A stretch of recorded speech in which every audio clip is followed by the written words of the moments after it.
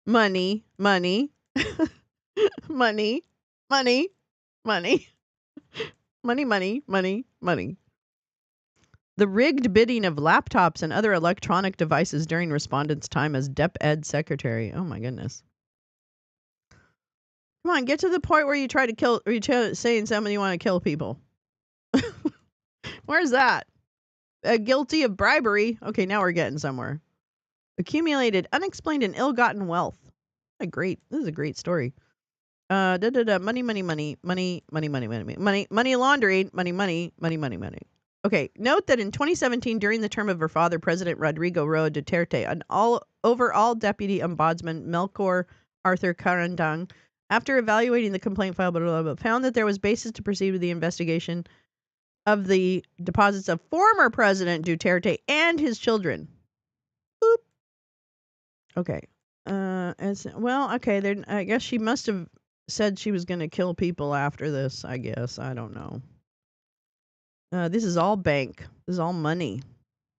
Money, money, money. Okay. Well, it's all money. I don't know. I guess after the fact, she said she was going to kill people. 10K peso is about 170. So if it's 100 million peso, what is that? Like, I don't know. 100. So 10K is that 10 times 100, 1,700. What is that? 17 million? $17 million. 100 million pesos is $17 million. I think. Yeah, you can live cheaply there. But you get blown away with all the storms. 1,000,007. Thank you, Brett. Jeez, thank you, Brett.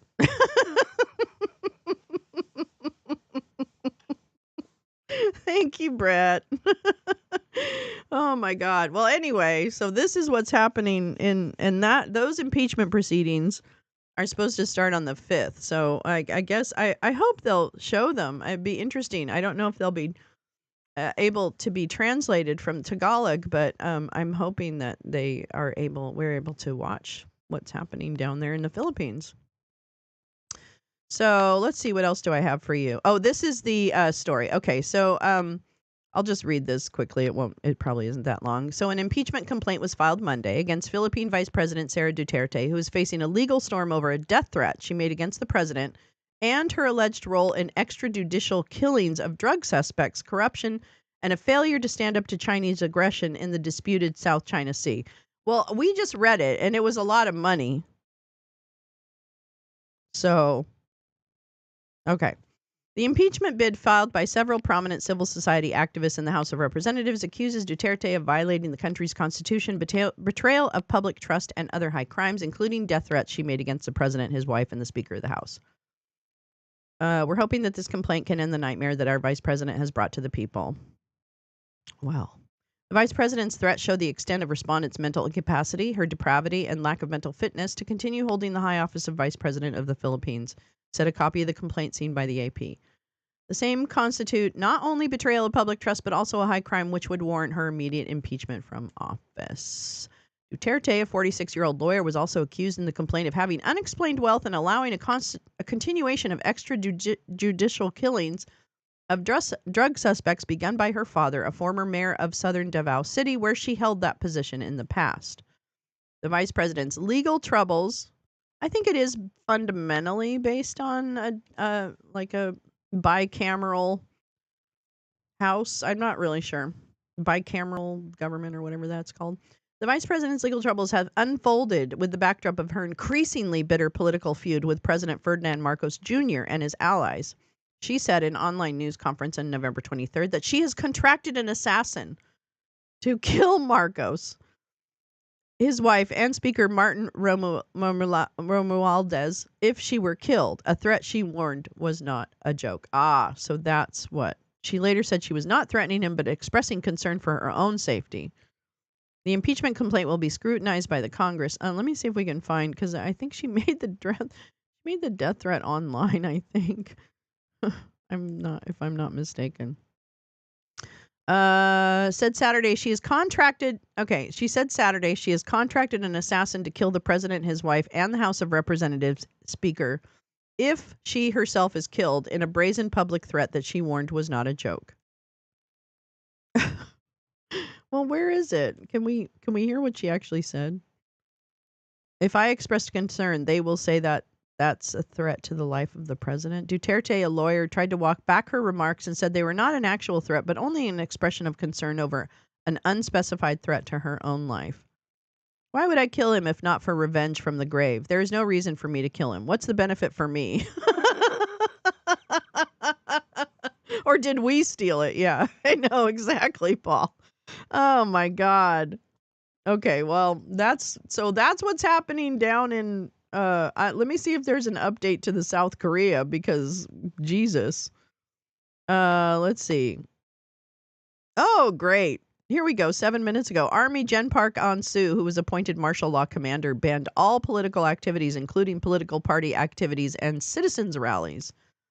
All news media and publications are under the control of Martial Law Command, General Park said in a martial law decree that he said took effect at 11 p.m. The edict also banned labor activities and spreading fake news. Those who violate the decree can be arrested without a court warrant. Well, that just sounds great. Oh, fucking hell. I don't even understand what's happening right now. Talking about kleptocracy between the Dutertes and the Marcos, decades of huge corruption between those two families. I know, Paulina. I know. It's crazy. Paul Langen. How you do, Paul Langen?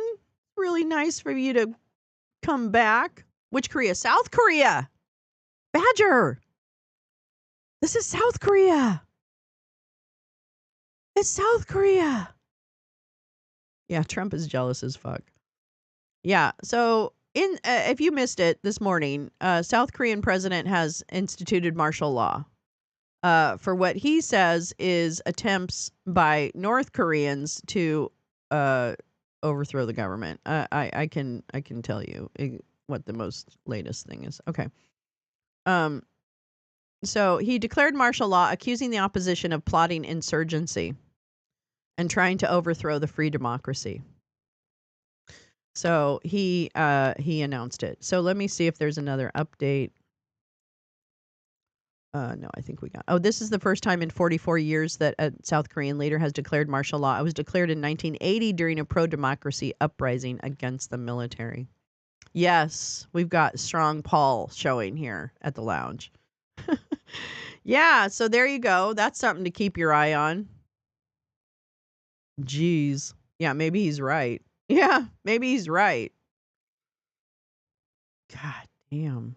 All right, we've got other things. All right, so there's that. I've read that. I wanted to read this. This was from November 22nd, so I'm a little behind on this, but I never did read this. Justices dismiss Facebook Cambridge Analytica data breach dispute. Haven't looked, but Tim Sharrock is a knowledgeable writer on issues Korean. Oh, excellent. I'll take a look. The new Trump-branded martial law is coming soon to the United States. Yes, it is. Yes, it is. Yeah, it is. This morning, and this was November 22nd, the justices dismissed Facebook v. Amalgamated Bank as improvidently granted, that is, without issuing a ruling on the merits and instead signaling that it was a mistake to grant review. The brief unsigned order leaves in place a ruling by the U.S. Court of Appeals for the Ninth Circuit that allows a securities fraud class action against Meta to go forward on the theory that Facebook's disclosures improperly downplayed the risks of a data breach to shareholders. The company had disclosed the risk of hypothetical future data breaches, which shareholders argue violated securities law because Cambridge Analytica had already exploited the data of millions of users. When Cambridge's misuse of user data became widely known, Facebook's stock price fell dramatically. At the oral argument, even the more conservative justices seemed skeptical of Facebook's argument, so its failure to persuade a majority to rein in the lower court is not surprising. At this point, the case will return to the lower courts where the action will proceed against Meta. So that's an update on the Facebook Cambridge Analytica data breach. And then let's see. Oh, this one. Okay, so I was just looking at the pics for the transition-y thingy burgers. And I noticed that he said Trump chooses New York doctor to be next U.S. Surgeon General. Dr. Jeanette Neshawat is a medical director for a chain of urgent care clinics. Her sister served as an advisor in the first Trump administration. And I thought, well, let's find out who she's all about. You don't see anything from Chirac? Okay. Let's see what this lady's all about. This is going to be the next Surgeon General. That's right. That's the next Surgeon General. Get ready. But I find her very interesting. Okay, so she's a New York medical director at City MD, right? Everyone is probably familiar with City MD, right? Right? Are you familiar with that? Are you familiar with City MD? Great. Well, let me tell you, she's one of 5 New York City medical directors for City MD, a chain of urgent care, blah, blah, blah, blah. Well, then I started looking, well, has City MD had any controversy? I wonder. Well, oh, yeah, they have. Why, yes, they have. Hold on just a minute, and I'll show you. Hold on. Oops, I've got all Charles McGonigal stuff and not this. Hold on.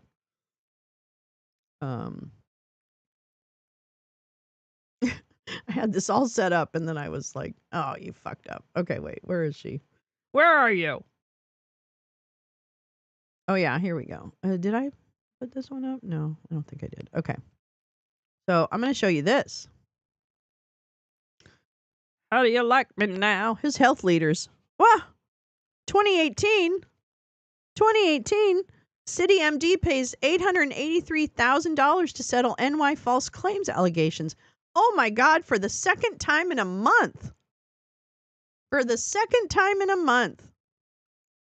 The Manhattan-based urgent care chain will pay a fine to settle false claims allegations related to government-sponsored health insurance plans. Because in the second false claims payout in a month for the Manhattan-based urgent care franchise, which last month agreed to pay the federal government $6.6 million to settle allegations brought forward as in a whistleblower lawsuit. So, City MD, you have a problem. And I hope that follows your little friend. Yeah, who's ready for monkeypox? Neshawat, who specialized in emergency and family medicine, has supported vaccines that Robert Kennedy Jr., Trump nominee, has cast doubts about. Well, she may do that, Paul Langan, but she's also part of a privatizing medicine. That's what City MD is. It's privatizing medicine. That's right. Project 2025. Mar-a-Lago and Fox News. What connects Trump's new... Oh, wow. Excellent. All right, I'm going to come to that. Take charge of your health. Here are some RFK Jr. supplements, and you're responsible if you become sick. She regularly contributes to Fox News and other outlets, has written a book about the miracles in medicine, and promote dietary supplements she formulates. Oh, wow. Oh, Iguanita. Hi, Iguanasana. I love you. She has also called into question the standards of care for youth with gender dysphoria from the... Well, yes. I mean, if she wasn't anti-trans, she wouldn't be on the list. Okay? Let's call a thing a thing. Ugh. She's anti-trans. Anyway, so yeah, I like to look at the people that are trying to get into our government. Yeah, exactly. The right-wing grifters, supplements. Oh my God. Let me go to, hold on, I want to go to gals, link, stink, bink, wink. Go to site. Oh God. Oh, this is,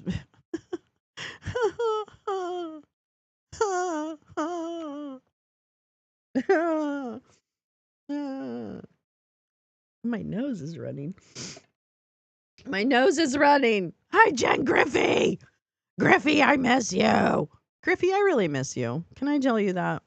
I just really miss you. Ow. I have something on my nose. Ow, I just hurt my nose. Ow.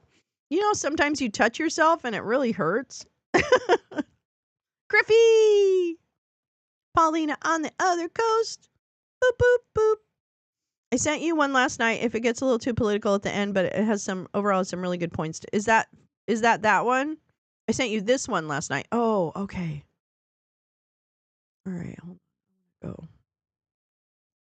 I wanna go and tee up all this great stuff.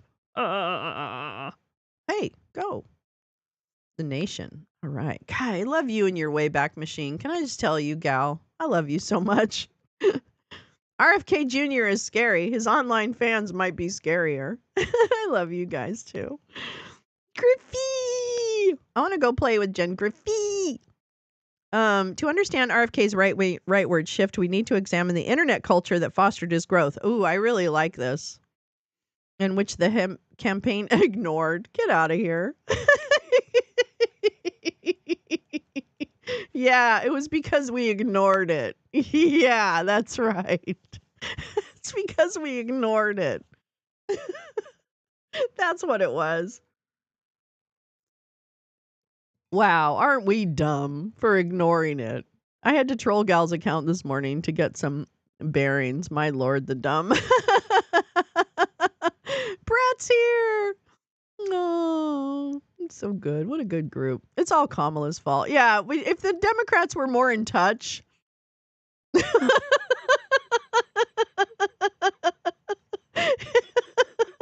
If only the Democrats were more in touch. I don't know. Get the fuck out of here. If only you weren't so incredibly stupid. That's my response to that. Well, unfortunately, you're stupid. I'm sorry. I'm so done with dumb fucking fucks. I can't. I'm done with dumb fucks. Please. Ay. Oh, look at these. Look at that. He looks like a literal ball sack. That looks like a literal testicle. That looks like a literal testicle. This is a testicle. I've seen one.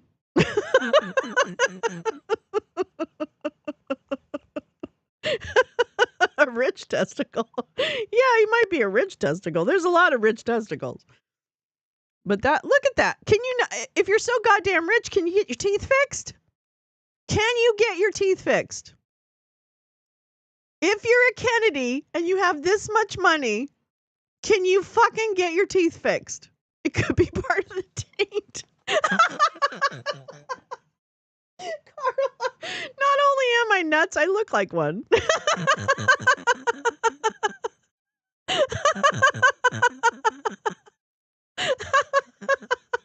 I mean, Jesus Christ. I'm just saying. Oh my God. Ain't nothing but us chickens. Not only am I nuts, I look like one. I'm sorry. I think that's so funny. We've all lost it. We're done. We're done. Holy fuck.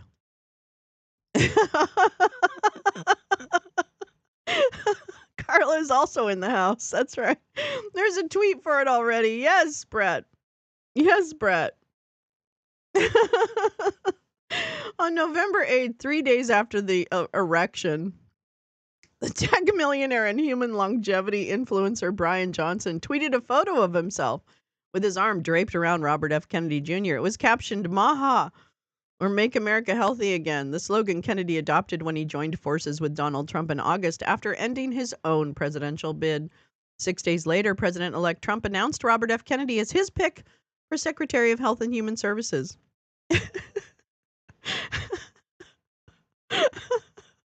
Sorry. Mwaha. Carla,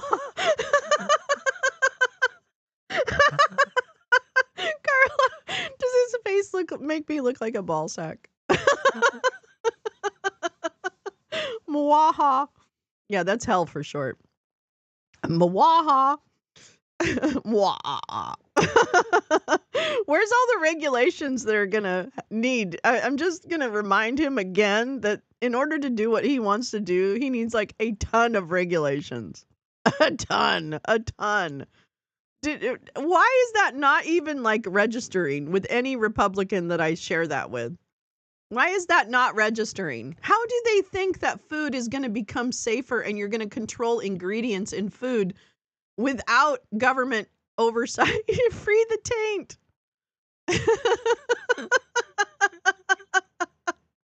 What the fuck? Oh my God. So fucking dumb. All right.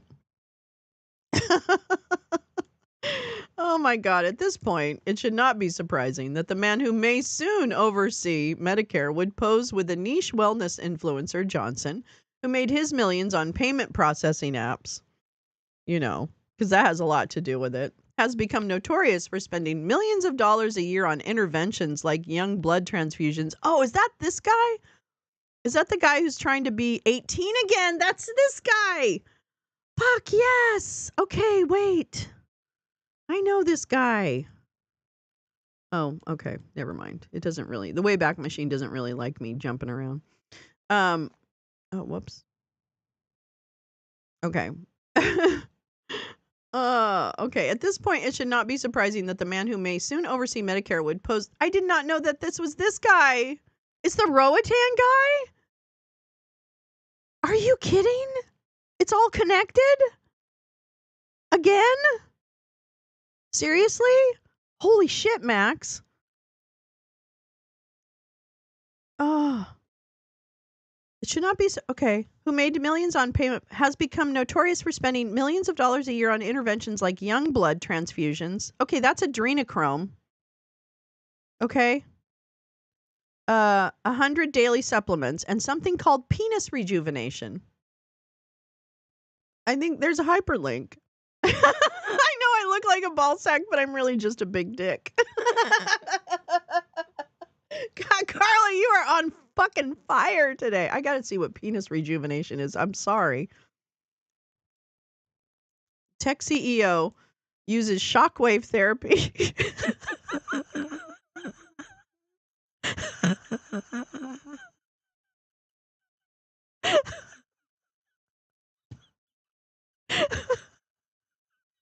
I can't. I'm done. Tech CEO Brian Johnson uses shockwave therapy to rejuvenate his penis. The treatment boosts blood flow, which is critical for healthy erections. Healthy erections. The latest focus of Brian Johnson's $2 million a year full body rejuvenation conquest Project Blueprint. His Johnson. Previously, Johnson has employed other controversial and experimental protocols like young blood transfusions, eating veggie mush, and taking 27, well, there's 100 supplements now, in effort to reverse his biological age to 18. In a recent post, the 49-year-old tech billionaire shared his penis rejuvenation protocol.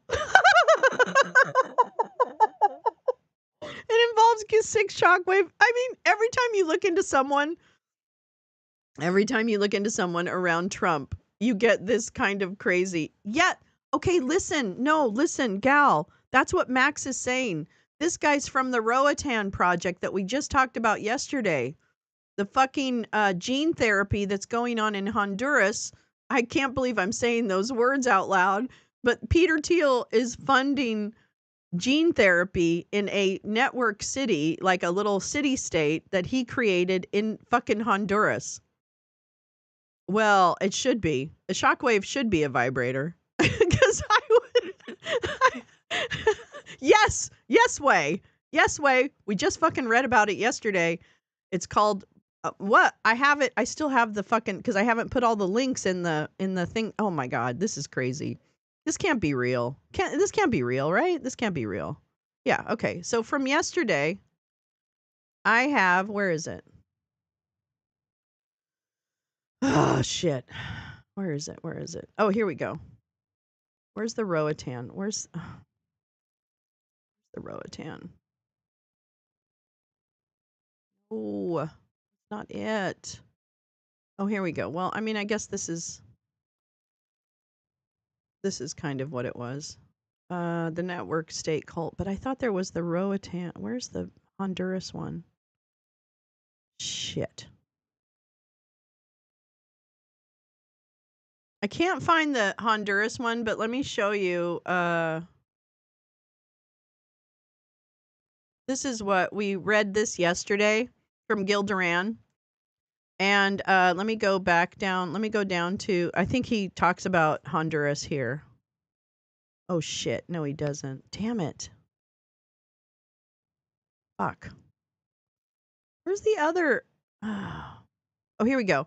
Prospera on the island of Roatan in the Honduras is an example of this, a tech-run special economic zone where certain rules don't apply. Prospera has become a mecca for unregulated gene therapy experiments. This is a Prospera. Let me see if it how a startup utopia became a nightmare for Honduras. In June 2009, okay, wait, where's the thing about, oh no, it's not gonna, oh, fuck you, foreign policy. Fuck you. Yeah, wow, where's that story we read just about the Honduras part? Shit. Hold on, let me see. Oh, this is just the link. This is yesterday's Wake and Bake. Shit. Oh, wait. Maybe Jenny did it. Jenny might have had it. Oops. Shit.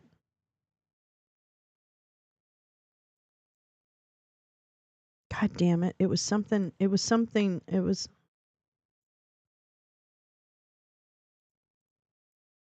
Oh, man. I don't remember. Okay, but have they developed any gene therapy that will make RFK Jr. not look like a ball sack? Well, I'll find it because I got to update yesterday's show description anyway. But yeah, they're doing it. They're basically using part of Honduras to do their little experiment about a city-state that is owned by privately owned within a country. And they call it an economic zone. Bye, neighbor. Brian Johnson is being used as a human guinea pig in unproven gene therapy injections worth $25,000 a pop on the island of Honduras. Oh, interesting, Max. They had to purchase an NFT to participate in the gene therapy? He gonna die, yeah. Oh, yeah, no, he's got to be. I have a foreign policy subscription. If you need a link, I'll go find it. Oh, no worries. I mean, I need to get one anyway. I do need to get one anyway. Hi, butterflies. Good morning. Can't believe Tom Bilyeu is such a fan of these weirdos. Stem cells or serum therapy? No, it's probably like real blood. Let me go to Gal. You had done another link. Shoot, where did I? Is it this one or did I already read that? The Nation. Yeah, I already read that. Okay, I haven't missed anything. That's what I wanted to make sure of. I was searching for it and came across this, which you can't play here, and I haven't watched it, but we'll watch after the Wake and Bake. I just want to see what it is. I infiltrated an illegal tech utopian city. Can I play part of it? Let me see if he has chapters. Oh, he has chapters. Here, pulling up to Prospera. Meeting the Prosperans. I'll just play a little bit of it. Nick and Nelson, the founders of Vitalia. Vitalia is a startup accelerator that exists within Prospera. Significant. And so what is Vitalia? Okay, so Vitalia started up as a pop-up city with the idea of let's make that optional. Vitalia was intended to be like heavily focused on biotech longevity. So the idea is from a pop-up city is that you take like really smart people from a field and you put them all together in the same space for an extended period of time. Here in Vitalia, we got like a bunch of science. Okay, you know who does this too? You know who did this? Because I interviewed with him for a job in his organization. Andrew Yang. Andrew Yang has been doing this for years. with groups of entrepreneurs that he takes and puts in a city. They don't get to choose where they go, but he creates little incubators through his nonprofit of smart people doing businesses. And I don't really know if his program works, but that was Andrew Yang's big model. Just saying. It explains Dick Cheney. Could be a Black Mirror episode, yeah. The for-profit city that might come crashing down. Oh, there we go. Yeah, so I think this is stuff tech bros do. I mean, I will say that. So it's like, tech bros. It's interesting to me to keep tabs on what the tech bros are doing. I was really caught off guard by the Roatan thing. I was very caught off guard by the fact that billionaires could go into a country, a sovereign country, and basically pay them off to take down their country. Like, I don't understand that. I understand money. I understand the need for money. I get that 100%. But I don't know. This is the problem with some of the, this is the problem. This is the problem with Silicon Valley.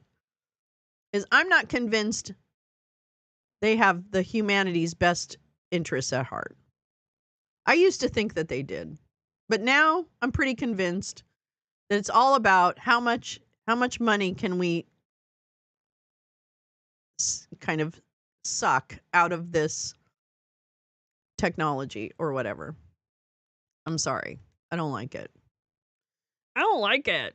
New York Times Magazine. Ricardo Gonzalez, a legal consultant for the Honduras Prospera, looking out on the Honduran island of Roatan, the for-profit city that might. Now, this is from August of this year, September.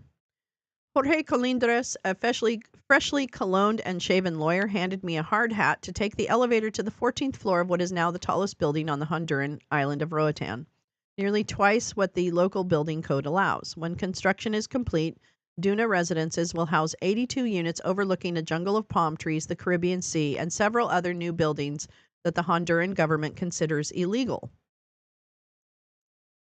If Prospero were a normal town, Colindres would be considered its mayor. His title here is technical secretary. As we looked out over a clearing in the trees in February, he pointed to the small office complex where he works, collecting taxes and managing public finances for the city's 2,000 or so physical residents and e-residents, many of whom have paid a fee for the option of living in Prospera or remotely incorporating a business there. Or remotely incorporating a business there. Yeah. It's all about the Benjamins. La la la. Let me fresh chat. Oops. Refresh my chat. Yeah. 100% will work for, yeah, no more Silicon Valley. Wait, what? Carla says, would you like nuts with that? This could be a Black Mirror episode. Yes. Carla, have you watched Rick and Morty? They have nutsack time traveling beings. They absolutely do not. What do you mean, Rick and Morty? They don't have that? I don't watch Rick and Morty because the creator of Rick and Morty is a fucking pedophile. Suck out of the people. Mac Davis. Wait, what about Mac Davis?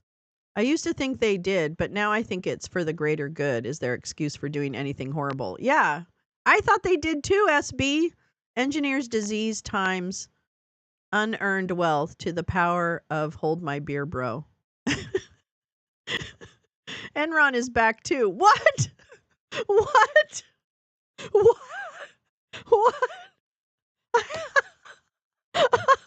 They have special psyops just to fool engineers into working for venture capitalists. Oh, God. I know. I'm cheering for climate change.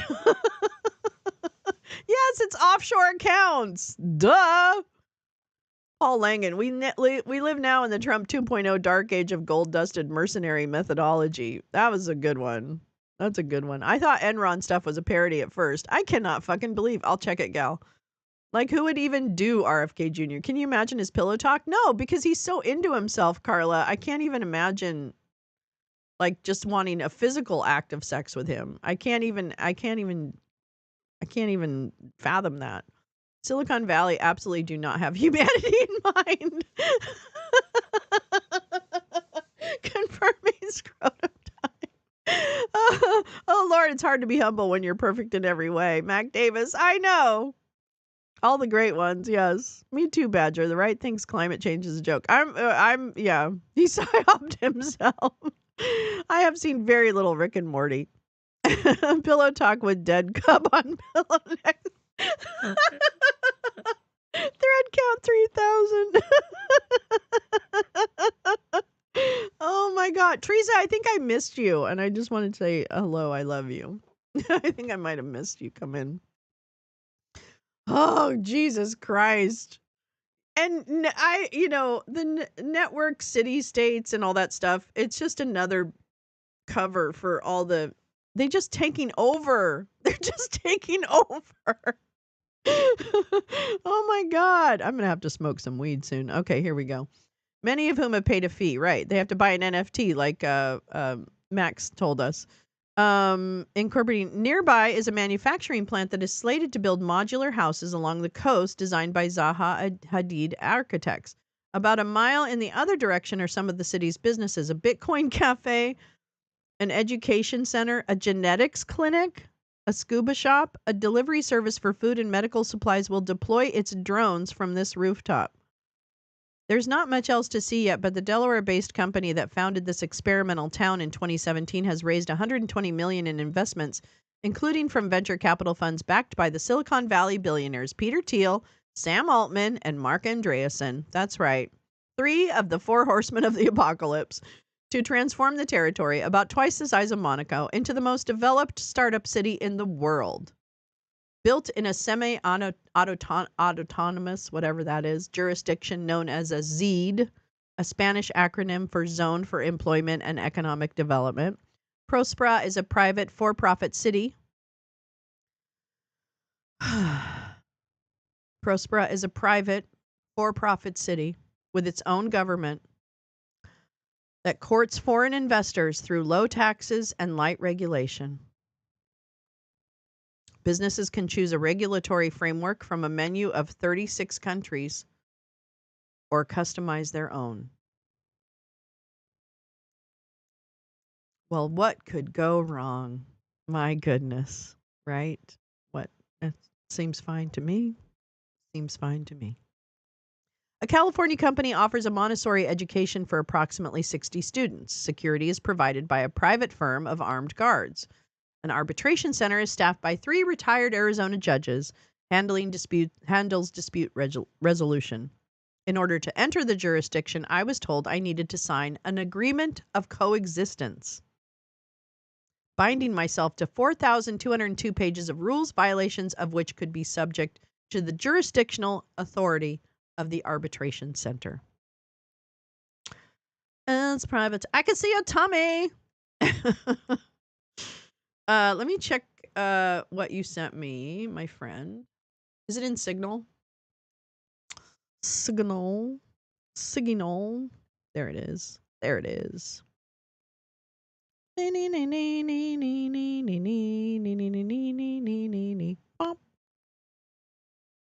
Oh yeah. Awesome.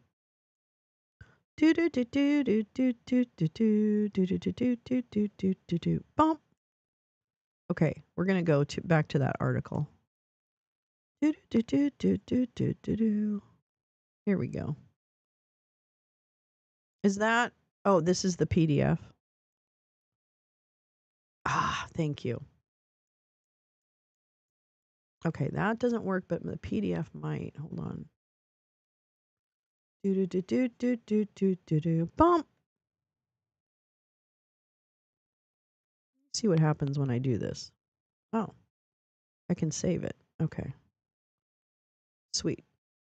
Let me see if I can open it. Can I open it? Can I open it? Can I open it? Oh, here we go. No. No. Oh. You did it, girl. You did it. I love you. Oh, actually, now it works. Why does it now work? Isn't that weird? I guess I'm all confused. Did I get myself confused here? I think I did. Oh, boy. Oh, boy. Oh, boy. Where am I? Oh, boy. Too many tabs. Oh, boy.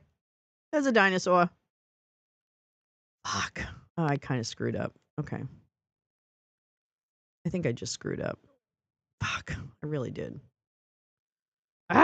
Okay. Maybe I need more coffee. You posted it in Discord. Oh! Thanks, Max. Oh my God. Why can't someone turn those people, tech bros, into. Yeah, exactly. The blood rituals. Private law. Aren't these the smart cities conspiracy? I know. Aren't these the 15-minute cities? I was in the wait. Yes. Until penis rejuvenation. That took me different directions, didn't it? Damn it. But this is the one I was reading, right? Wasn't I? Oh, man. I'm sorry, guys. I'm not the best at this. Let's see. Or did I wanted to read this one. Oh, boy. I'm sorry. No to the Zeeds during demonstration against employment in economic development zones. All right. Sorry. I'm so dumb. The MIT tech review article. Okay. Sorry. I am the dumbest girl. Oh, yeah. This is the one. This is the one.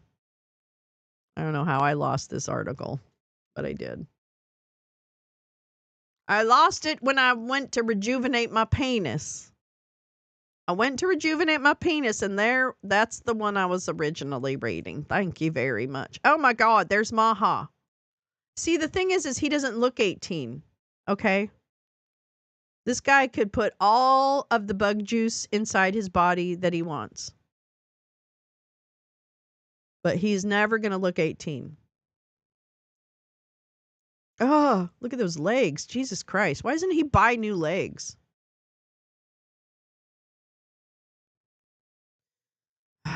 In 2016, I'm just going to read. And then we're going to make sure we read everything, okay? A chip in your hand doesn't make the evangelicals nervous, right? I mean, everything doesn't make sense. I know, before or after the penis rejuvenation. Where is it? I think this wasn't it. Or maybe it was. Oh, maybe it was. Oh, yeah. Okay. The penis implant. Ah, there we go. There's where I got stuck. That's where I got stuck. Stop it. Okay, sorry. Oh, I hate this. I hate these things. Okay, in 2016, Trump's electoral success. I know.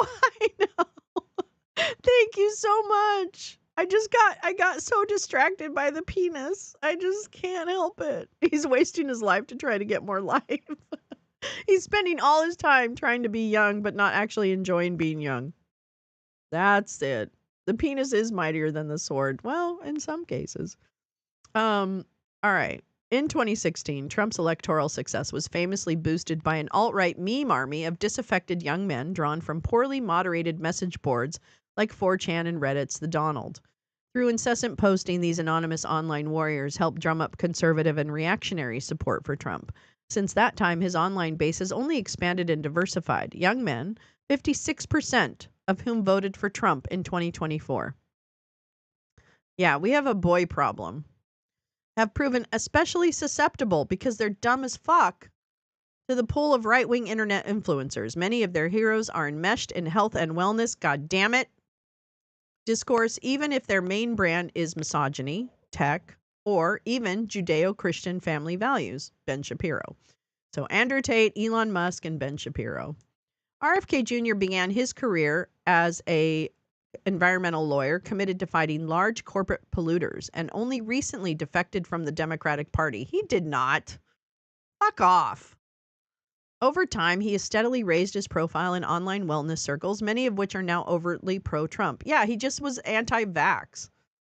In 2023, for instance, he convened a panel with some of the loudest anti-vax conspiracists on the internet, including Dr. Sherry Tenpenny. I can stick a spoon to my clit. My clit is magnetic. I can stick a spoon to it. Watch. Dr. Joseph Mercola and Sayer Yi. Meanwhile, Kennedy's Myaha slogan is directly pulled from the alternative health industry, originating with wellness magnates Callie and Casey Means.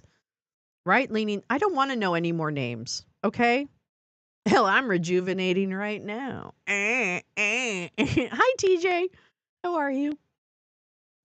Right-leaning libertarian health influencers like Christian Van Camp frequently parrot Kennedy's positions on clean eating and sunshine, although when RFK appeared alongside a pile of McDonald's hamburgers on Trump's private jet, Van Camp joined those calling him out for hypocrisy. This is why I don't dive deep into politics. Oh, okay. Okay, Vamp Camp. You guys, fucking proofread your stories, okay? What the fuck? This article is slightly frustrating and a bit too political at the end, but there's some good points. Absolutely, Gal. Totally. We just make fun of the stupid politics as we go along.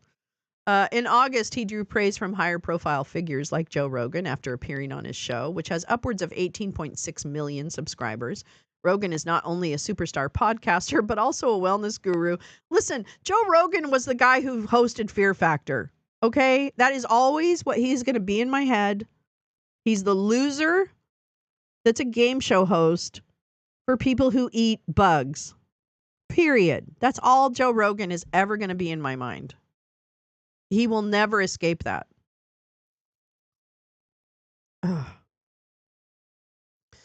Who regularly recommends unregulated supplements, weightlifting regimens, and intermittent fasting.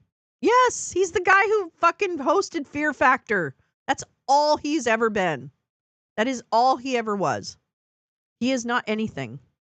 He is literally nothing.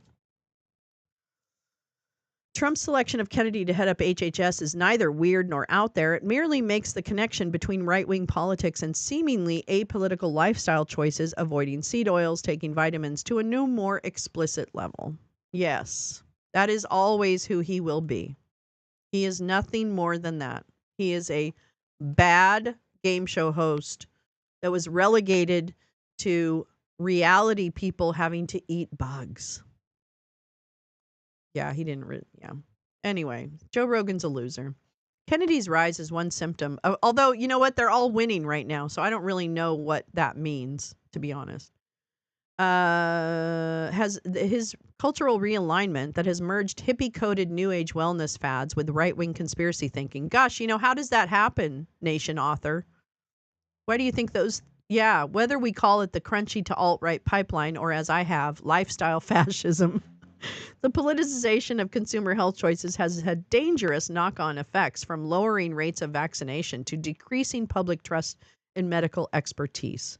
The tension between innocuous, if misguided, personal preference and potential public harm, and the blending of right, left, and centrist political commitments comes through in Kennedy's health policy wish list, which he tweeted shortly before the election. Some of his agenda items are recognizably right-coded, especially his endorsement of ivermectin and hydroxychloroquine, medications the Trump administration promoted as off-label treatments for COVID. Others, like vitamins, clean food, sunshine, and exercise, might sound politically unaffiliated and even commonsensical. Yet, like so many once neutral words, from snowflake to liberal to patriot, these terms have now taken on new valences online. Vitamins now refers not just to supplements with proven effects like zinc or vitamin D, but to more exotic compounds like selenium and glucosamine. Sunshine sounds innocuous, but signals a disdain for sunscreen, which some health influencers allege causes cancer. Some of the fads Kennedy and his supporters emerged from left-leaning or even apolitical spaces, but are now more closely connected with conspiracy thinking than anything. Raw milk advocacy, for example, has roots in leftist back-to-the-land movements of the 1960s and 70s, but has attracted right-wing adherents since the Obama era. It's homesteading, yeah. Homesteading, which has a rich history among anarchists, socialist land reformers, and feminist separatists. And more tyranny. Has, from about the 1990s on, become associated with right-wing prepperism techno-libertarian utopianism and conservative Christian movements like Quiverful. You got your Christmas tree this morning? You got a payment plan on your Christmas tree? But the prices were supposed to come down. Yeah. In light of this realignment, it's time to stop thinking about the prospect of Kennedy in charge of American public health as a crisis of information and education and start thinking about it as a crisis of culture. It's a crisis. Since 2016, there have been calls to combat right-wing lies with fact-checking, but just telling the truth will not work on a base and a political leadership that has embraced free intermixing of fact and fiction that defines life online. If we truly live in a post-truth era, we must accept that confronting people with facts does not change their minds. Well, I think we've pretty much accepted that. It's also important to acknowledge that the convergence, but you don't stop saying facts just because people aren't going to believe it. Okay? It's also important to acknowledge that the convergence of conspiracy thinkers and wellness influencers is not some accident of the algorithm, but a sign of widespread worries. No, that's not it. Goodbye. All right. Yeah, I think we've got it. Oh, Kamala Harris is not to appear. Major missed opportunity? Get the fuck out of here. Okay, I see what you mean, gal. Yeah, all right. Well, whatever. It's interesting to a point. I do have some other stuff. Oh, wait, we read that. Okay. I read this, I think. Yes. And that's the, what is that? Oh, this was the suit. Oh, this is from yesterday. Sorry, this is the suit. I'm in the wrong place. Damn it. That's what it was. I got totally screwed up. Okay. Oh, now I know. I was in a completely... Okay, hold on. I'm coming back. Now I know. I had too many things. That's what it was. I was in this one. Nocturnal erections don't have direct health benefits? Wait, what? Oh, this is the shockwave. Okay, I left the shockwave. Focus shockwave there. 6 treatments 3 times a week cost $1,000 to $2,000. Evidence, multiple randomized controlled trials show that shockwave therapy improves erectile dysfunction. Oh, so he has erectile dysfunction? Is that what the problem is? We are testing whether it improves total nighttime erections. Wait, I gave my social security number to scam site by accident. I spent hours locking my credit. Oh, no.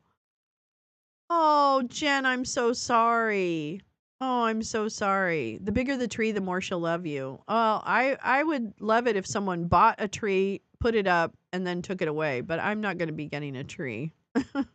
I can't afford one, first of all. I don't want to spend money on that. I'd rather spend it on weed. The Project 2025. Oh, yes. Where is that? 2 captures? No. I want to go. Is it back up here? Oh, here we go. Wait. Is this the one? Wait. Hold on. Too many websites in my brain.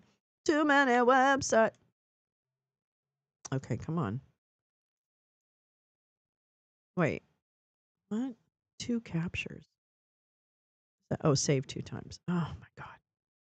Welcome to the Wayback Machine. Remember, I said, okay, wait. Is it the Bloomberg article? Is it the Bloomberg article? A Bloomberg. Oh, that's that. Okay. Well, I'm going to include that article anyway. Before or after the penis revenue. Yeah. Wait, what? I'm all confused. It's me. Just called the White House. Lines are open. Oh, God, I love you. I'm so sorry. Gal, I love you. Okay? I love you. Ah, yes, I had this. I think I have it way over here. I don't even know. I don't want to know. Thank you, gal. I love you very much. Neil! Good morning, Neil with an I. News Radio was a weird show. I love News Radio. The most versatile comic, Dave Foley, was cast as a straight man. Are there any memorable scenes with Joe Rogan? No. I didn't even know he was in it. That's how terrible. Okay, ties to Project 2025. or the America First Policy Institute. Whoop, whoop, whoop, whoop. That's the sound of the police. Whoop, whoop. Oh my gosh. The chat is moving, but it doesn't refresh where I look at it. There we go. No memorable scenes. Yeah, no. Has locked since an ID theft. Oh, Max. God, this is so stupid. If y'all haven't opened a Social Security account, you should do so someone else can't. Yes, I have an online. Yeah, that's a great idea. Register your online account with Social Security. Carla, I want breakfast. I want a breakfast sandwich. I want a bacon, egg, and cheese with ketchup, please. I know, from my Brooklyn days. I used to go to the bodega on the corner before I went to school and get a bacon, egg, and cheese with ketchup. So good. All right. Okay, here we go. New York Times. Ties to Project 2025 or the America First Policy Institute. Cash Patel and Pembonde Rasvat. I can't name them all. I want to read about that Caroline Levitt stuff too. Wait, I got to find that. I have to do that. I'm in the process of a disability claim. I just got an attorney. Paul. I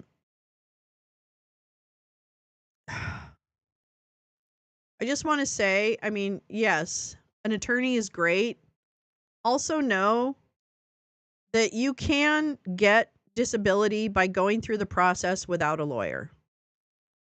You appear in front of a judge. They ask you questions. They've done an evaluation of your medical, and then they decide. I'm going to be honest with you. You don't necessarily need a lawyer depending on your disability case.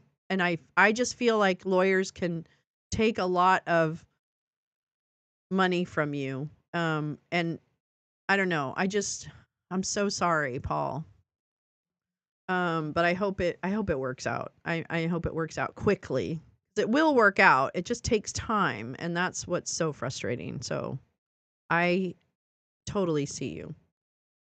You just meal prepped breakfast burritos for 5 days. Iguanasana, you're the most amazing. You had a cinnamon roll? Oh my God. Come on, guys. You guys are making me so hungry.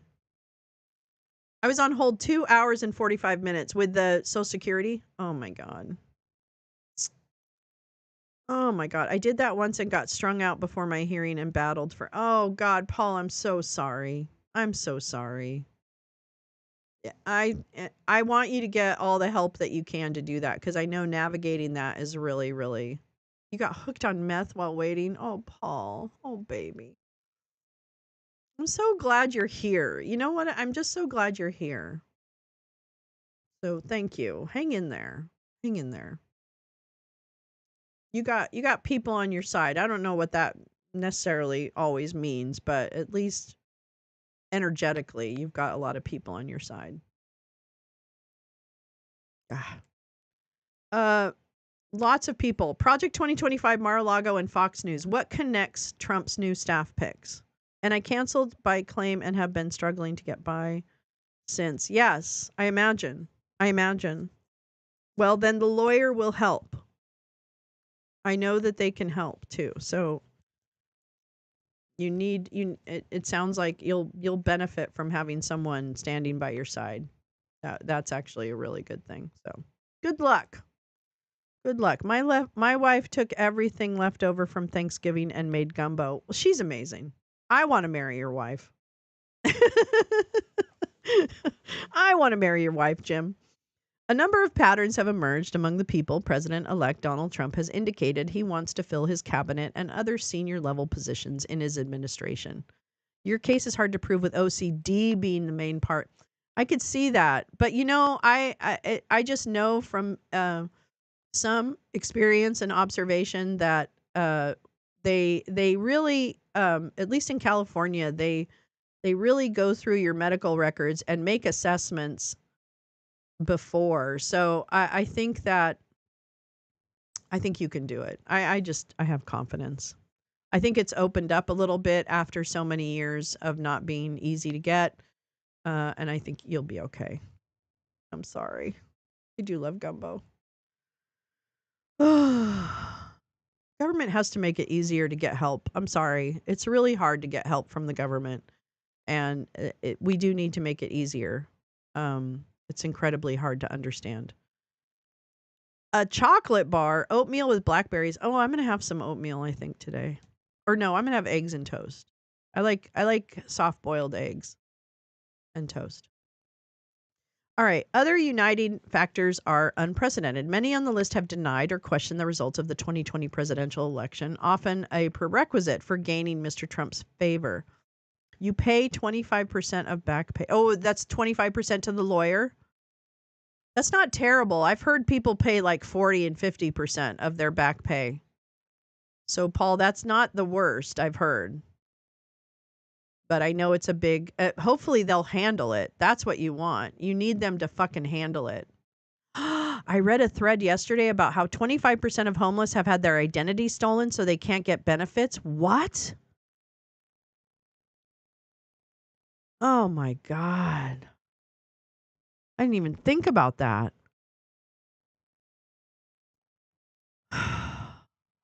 Sometimes I hate this country. And some lack the traditional qualifications shared by their predecessors. Indeed, it appears that the most important qualifier in Mr. Trump's mind has been fealty to him, which many of his picks have demonstrated in various ways over the past few years. Some of the links between more than 60 potential members and in some cases pending confirmation of the incoming administration below. At least 5 are billionaires. It takes 6 to 12 months to clear up identity theft and is hard if you don't have a stable. I mean, I could imagine. I can imagine. That's just like terrible. You probably luck out a lot, huh? My mom was like that. Look out for what? What? You have turkey left over? I don't. We had sandwiches the second day and that was it. I'm going to have oatmeal, a few walnuts, and dry. Oh, that sounds so good, butterflies. I love oatmeal.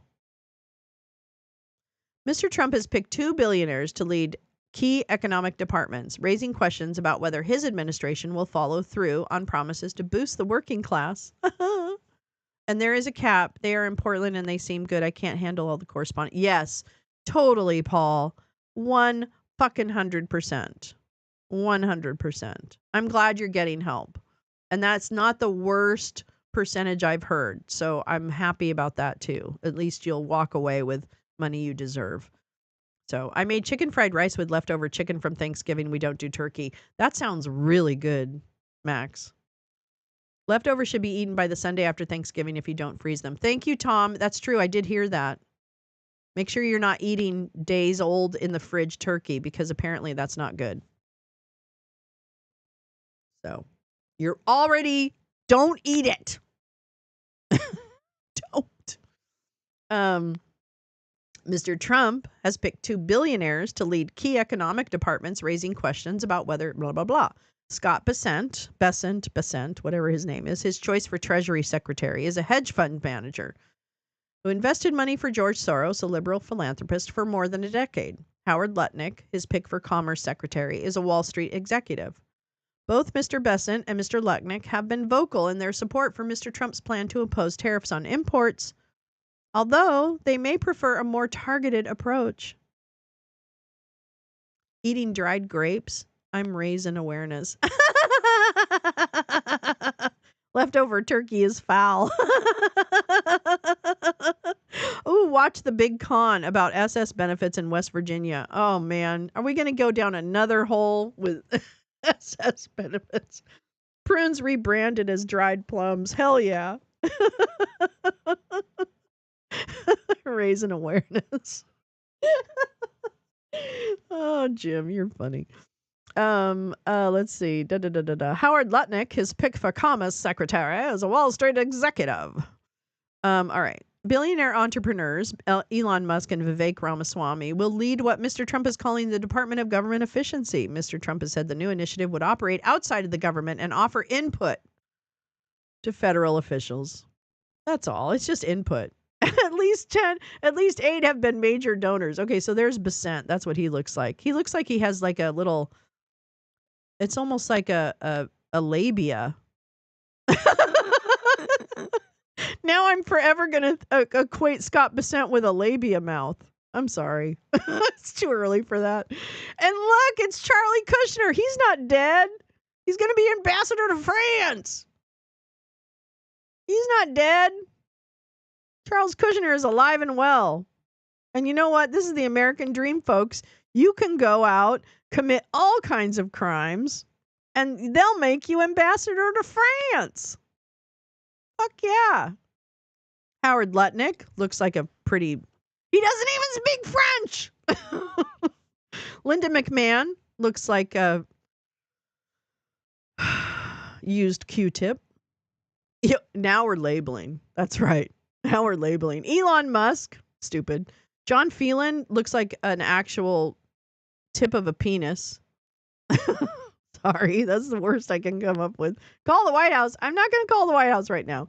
Stephen Witkoff and Chris Wright. Yeah, but everybody should call the White House and tell them your concerns. We'll do it. The president-elect has also selected major campaign donors for key positions, including 4 to lead cabinet agencies, Mr. Lutnick and Mr. Bessent, as well as Chris Wright to lead the Energy Department and Linda McMahon to lead the Education Department into its oblivion. Ms. McMahon and Mr. Lutnick are also co-chairs of the Trump transition. The Diplomat. Oh, if you haven't watched the TV series The Diplomat, you definitely should. It's pretty good. Oh, I haven't watched that. What's it on, Gal? Do you know? As of the last federal filing, their contributions to support Mr. Trump during the 2024 election cycle ranged from $350,000 to $20 million. How is that right?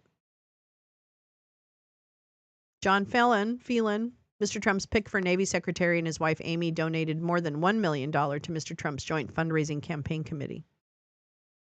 Stephen Witkoff, a billionaire real estate mogul who has given nearly $2 million to Mr. Trump's political causes over the past decade, was named special envoy to the Middle East.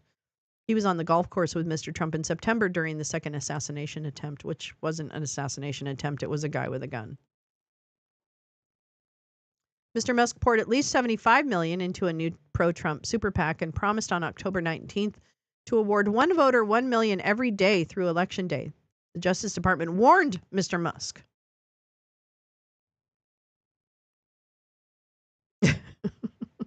Trying to decide what to call them. That's a good one, Paul J. Charles Kushner, Mr. Trump's pick for ambassador to France, is a real estate executive who gave at least $2 million to support Mr. Trump. Oh, and he's a convicted criminal. Yeah. Pardoned by him, but convicted criminal. At least 12 co-hosted or hosted events at Mar-a-Flarto. Doug Collins, remember him? He was a big pain in the ass on the Senate, the House committees. Sebastian Gorka, he's my boyfriend. I have to find those pictures. So Sebastian Gorka, I said something, I put a GIF or something under one of his stupid tweets, and he literally DM'd me and then blocked me after DMing me so that I couldn't respond to his DM. That is Sebastian Gorka. Okay? That is fucking Sebastian Gorka. Plorka. Tom Homan, Nazi. Linda McMahon, fucking idiot. Probably a Nazi. Kristi Noem, dog-killing Nazi. Vivek Ramaswamy, flim-flam man who takes bad drugs and tries to resell them. Resell them. I don't know Brooke Rollins, but I'm sure she's a dick. He's a dick. She's a dick. He's a dick. He's a big dick. He's a dick. Oh, wait. Jim Stewartson had a good email yesterday. Well, I might just take a look at that. Events hosted by right-wing organizations and politicians there largely replaced traditional Palm Beach society galas on the resort's calendar. A visit became an essential right. Okay, so they all went hang out. Several of the proposed officials have held campaign fundraisers. Okay. At least 13 have made appearances at Trump's criminal trial in New York. Todd Blanche. I think you are sharing a different... Oh, no! Oh, my God. I'm so sorry. Oh, my God. I'm so sorry. Thank you. Yeah, you are right, Brett. I'm sorry. This is a New York Times article. This is what I've been reading. I'm so sorry.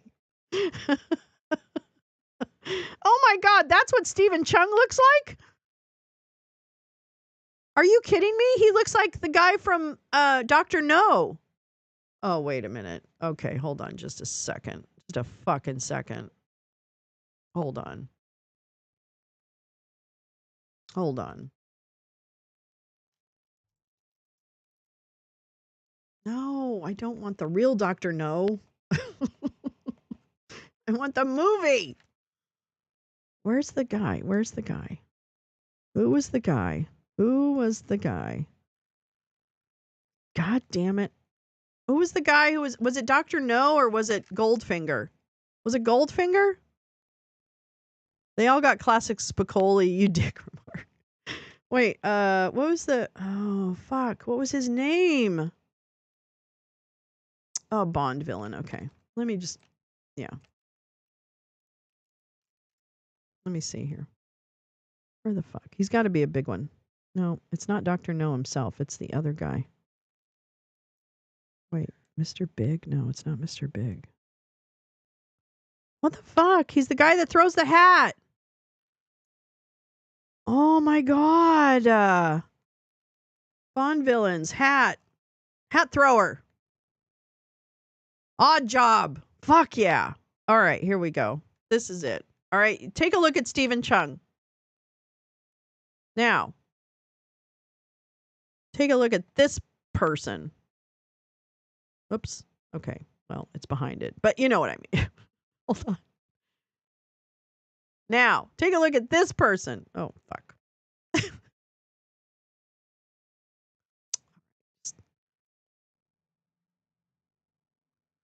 Are you going to tell me? Wait, hold on.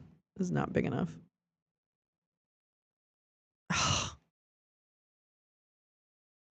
The worst trackpad in the fucking world.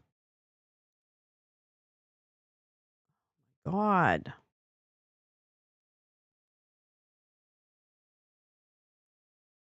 There. Look at that. Look at that. I'll type in caps. Oh no, Neil, what'd you say? Odd job. You did say that. I'm sorry, I didn't look. This one looks good from Greg. Oh, thank you, gal. The knee doesn't. The guy with the shoe has eyes. What? No, look it. This is the guy. Oh, he throws a shoe. No, he threw his hat. Odd job acts as Goldfinger's personal chauffeur, bodyguard, and golf caddy. He wears a bowler hat with a sharpened steel rim, using it as a lethal weapon in the style of a shakram, an Indian throwing weapon, or flying guillotine. It is powerful and capable of cutting through steel and decapitating a stone statue. That's Stephen Chung. He's Odd Job. That's what I'm going to call him. That's Odd Job. He threw a hat. Yes. Yes. Yes. All right. Uh-oh, where am I? There I am. Oops, no, I'm not. I'm in the wrong set. Too many dicks on the dance floor. Too many dicks. I have this sound for wait. Oh, that's that. I have this sound for when yeah, it is. I know. He threw a hat, but he did have a shoe. Maybe the shoe was sharpened too. I don't know.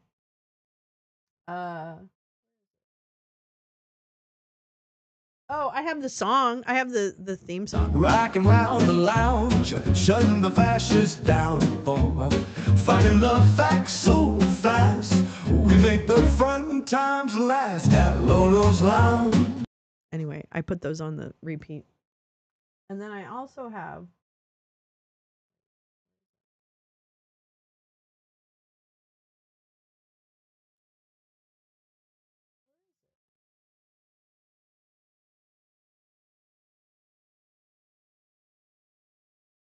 oh, here we go. Yeah.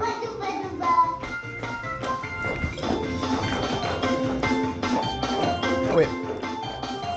You know this one?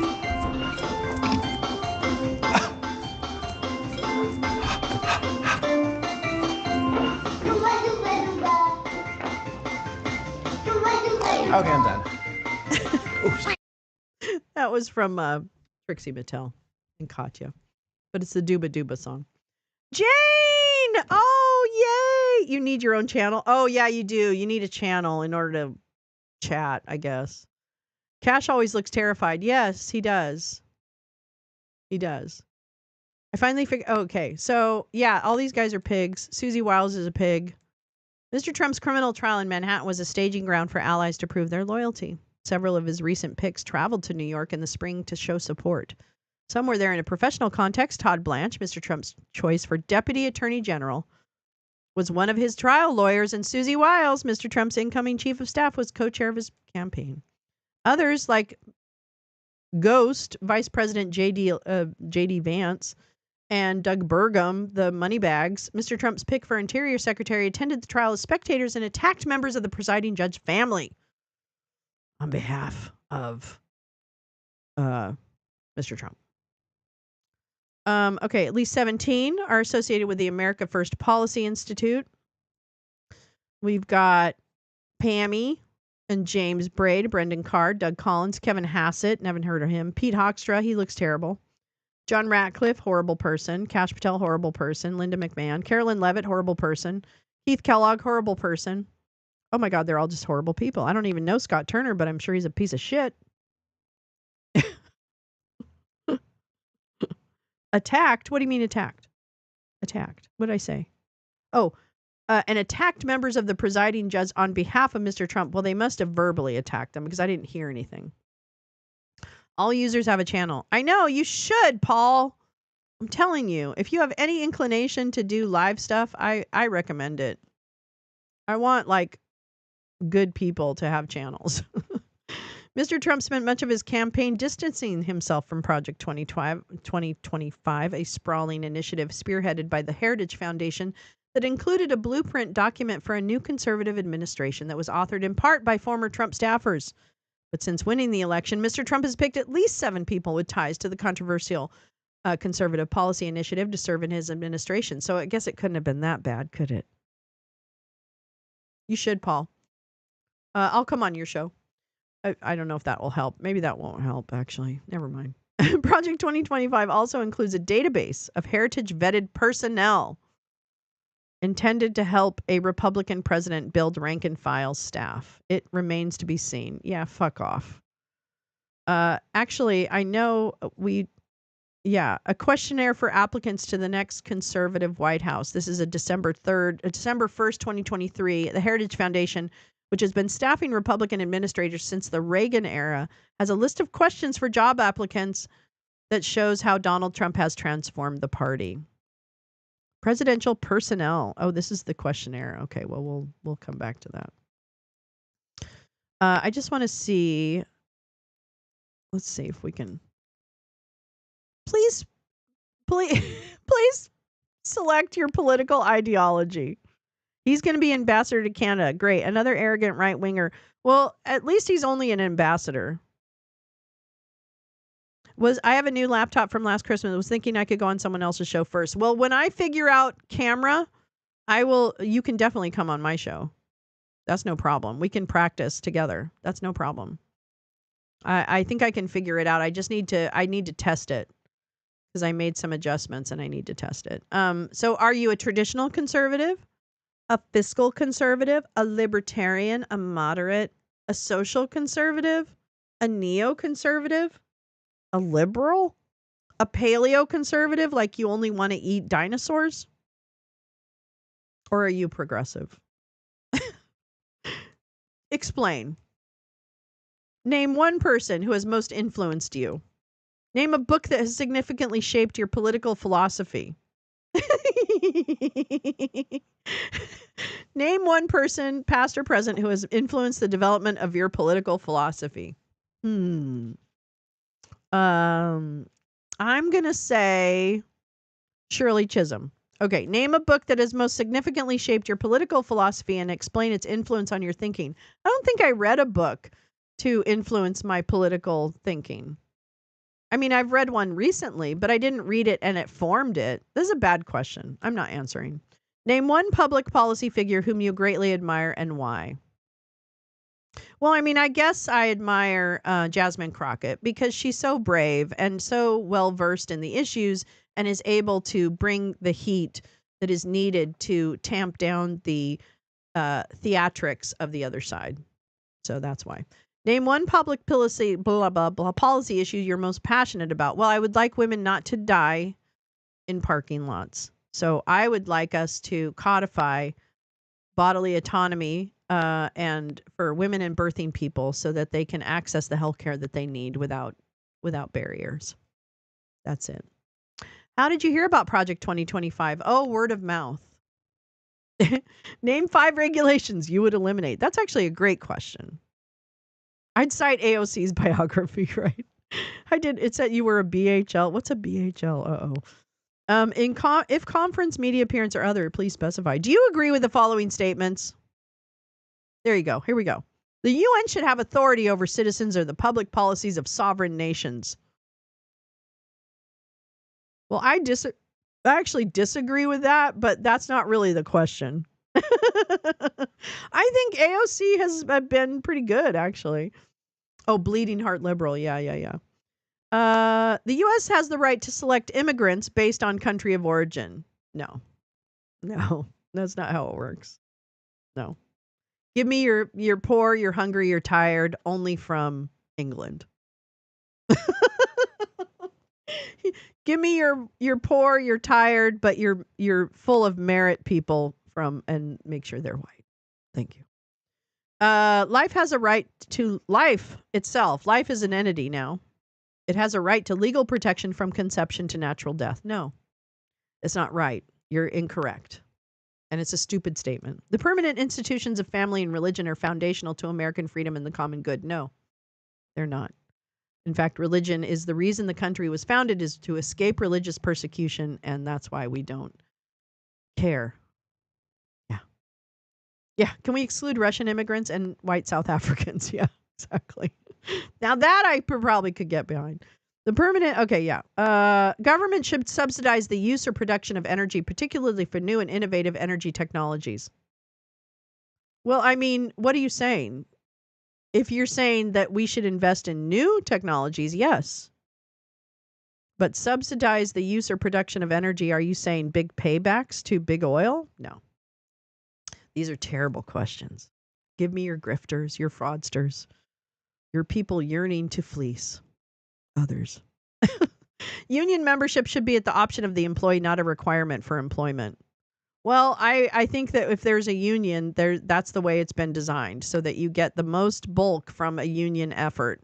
Sorry, that's the way leverage works.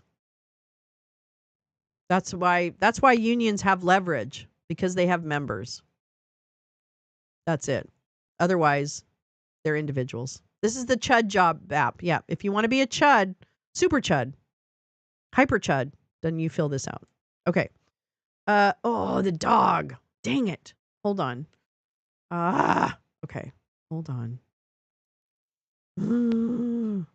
I know. I'm coming. Hold on. Hi, doggy. I want to check one thing before I get the dog. Hold on. If he can hold on, I don't know. I don't know if he can hold on, but I hope he does. Let's see. Let me just check. Fuck you. Don't. Hold on. Everybody. Hold on right now. Everybody. Oh, there's a Supreme Court is hearing a case. All right, I'm going to put that on. It's a case about whether Hungary It's a fiction that takes quite can an be imagination. sued by Holocaust 2 points, survivors. Justice Sotomayor. One, Hungary could have tried to refute, but I'm going to go ahead and put this on while I go walk the dog. Oh, what'd I do? They didn't dispute that, and that is something that a foreign... Oh, It's fucking that hell. They took that $5 million and put it in.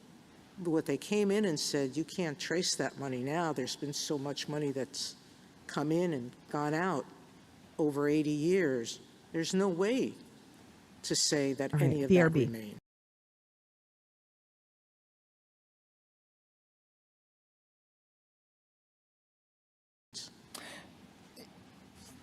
Let me try this. not quite 80, have deposited less money back then, and as a result, I would have less money in my bank accounts today. Now, you could say, oh no, you spent your summer associate salary on tuition, that's gone. All right, so let's get to the bottom line. You're saying to me that we have to, that this case, the end of this case depends on us reaching the question of the burden of, who bears the burden of pleading this? I don't think it does. First, if the commingling theory is valid, as we argue that it is. I gave you a different hypothetical.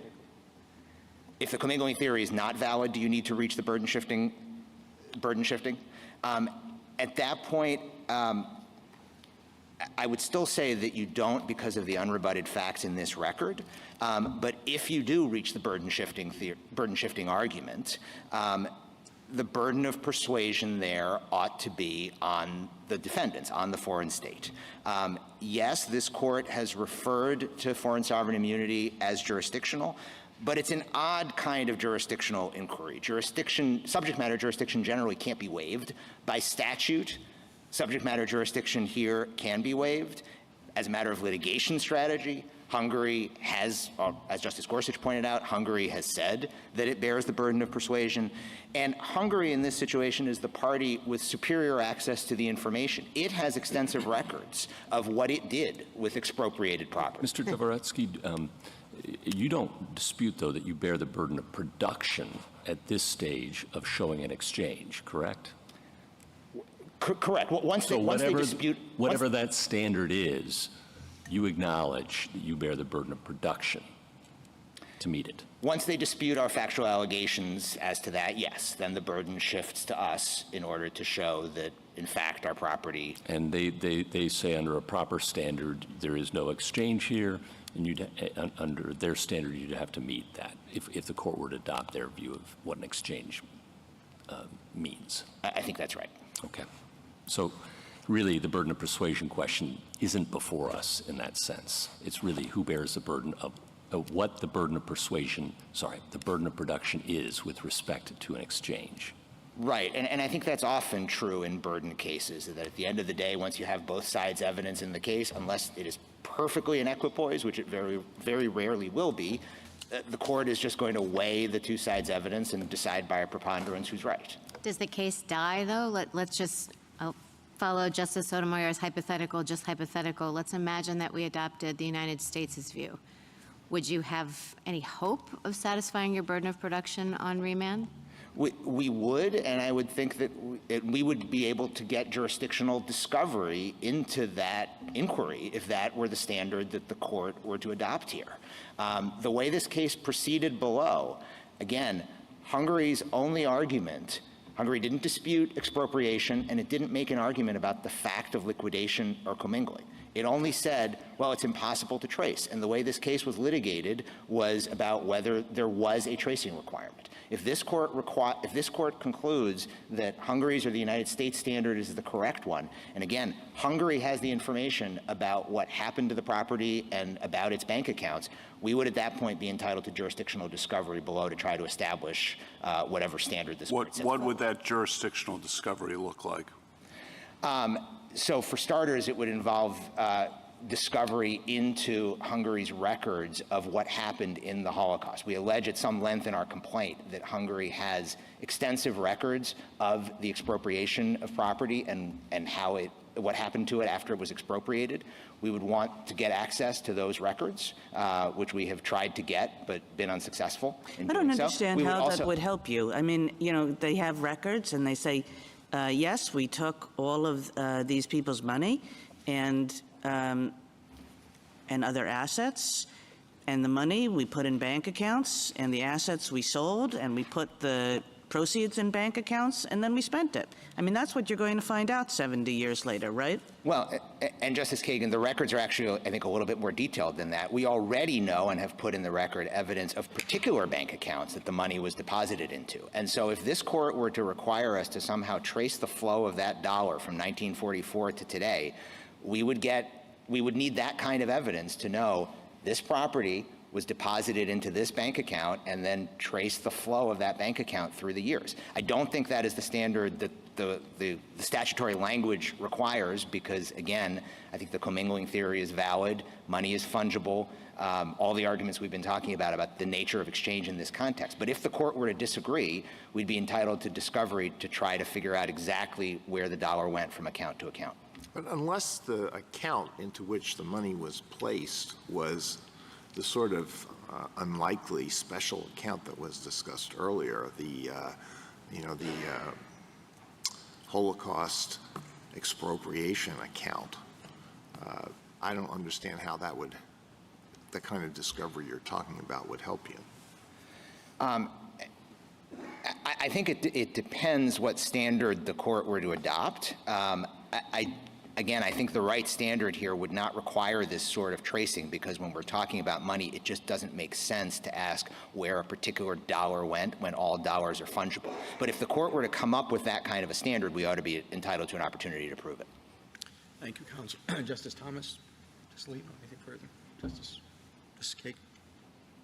Just one thing, in that discovery, are you deposing officials from Hungarian government too? Potentially, yes.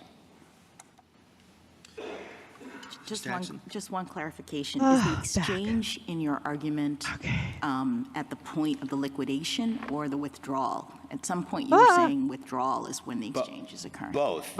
Both. There are multiple exchanges that occur in the chain. Thanks. Thank you, Counsel. Thank you. Rebuttal, Mr. Glasgow.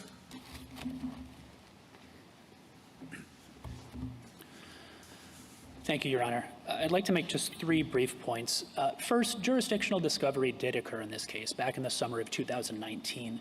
We submitted declarations explaining that tracing was impossible. The respondents engaged in some discovery. The district court imposed a deadline to file a motion to compel, and they elected not to do so. Second, there were some questions about what specifically outraged Congress. Because I don't think he was really that injured. Historical context necessary to understand that. Bruce Willis. At the time No. Sabatino, the second Hickenlooper Amendment was passed prior to the FSIA. Congress presumed that assets would be in the United States I want a for promo such a code. claim to proceed because there was no mechanism to establish in personam jurisdiction over foreign states. And so some asset had to be present in the jurisdiction of the district court in order to proceed with those claims. And the sort of catchphrase that Senator Hickenlooper used during those debates was that the United States would become a thieves' market unless the second Hickenlooper Amendment was passed. And then finally, I know the parties have made a number of analogies in this case, and I recognize no analogy is perfectly apt, but if I can offer one more, hewing as closely as I can to the facts of this case. Imagine that a trial court in a European capital city declared that it had the authority to adjudicate claims for the internment of Japanese Americans during World War II, claims that could result in a judgment against the United States in the billions of dollars and permit attachment of U.S. property abroad. And imagine further that this trial court based that authority on the proposition that every dollar the United States spent in the past 80 years was given in return for personal Try and find the property taken background on from a this few interned case. individuals. The United States would be outraged and affronted by such a decision. When Congress passed the FSIA, it knew that exercising jurisdiction over foreign sovereigns creates international friction. That's why it focused on commercial activities consistent with the restrictive view of foreign sovereign immunity, and that's why it imposed a commercial nexus requirement in the expropriation exception. The commingling theory effectively reads that most important part of the exception out of the statute.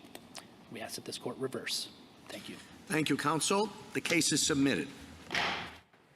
The Honorable Court is now adjourned until tomorrow. Well, at there 10 you o'clock. go. And tomorrow we're going to be back here on time because they're arguing a case for transgender, gender affirming care from Tennessee. So we are going to be listening closely to the SCOTUS tomorrow, and we will not be late for that one. So thank you. But I want to find the background on this case.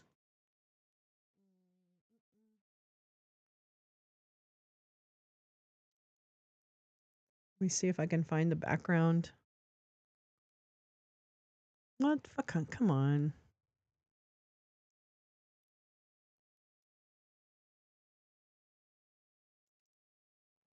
Here we go. go. I'll put this in the chat.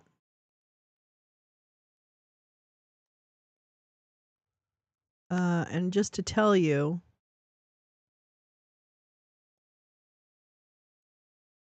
a group of survivors of the Hungarian Holocaust, along with their heirs, filed a lawsuit in federal court in Washington, D.C. in 2010.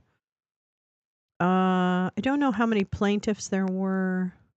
Very interesting case. I'll link the SCOTUS blog to it because it's really interesting.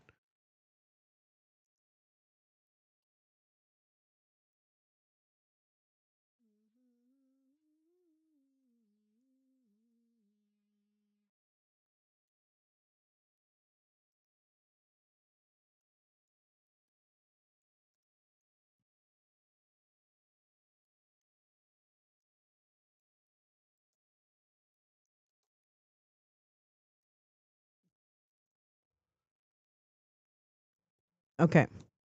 There's the link.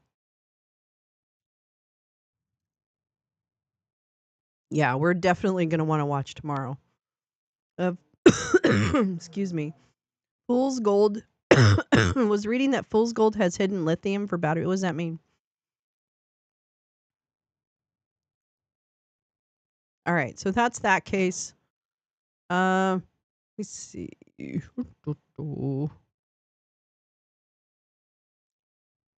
Oh, I have some other things I want to play. Hold on. You're not done with me yet.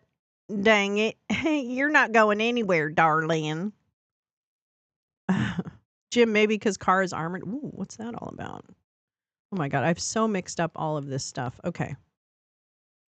Jesus Christ. I'm so silly.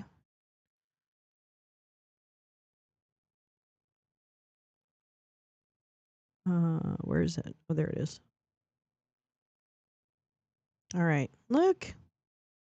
Look who's back. Back again. Shady's back. Tell a friend. All right. So this is the new SCOTUS cases that could upend elections. You know, just what you want to hear from Democracy Docket. All the stuff you want to hear. Oh, for batteries. Oh, yeah.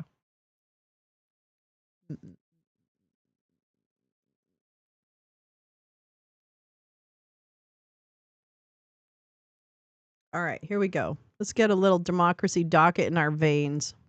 The election is over, but Republicans are asking the U.S. Supreme Court to take up 2 critical voting cases. We'll go back to South Korea, Badger, after this. I'm Mark Elias.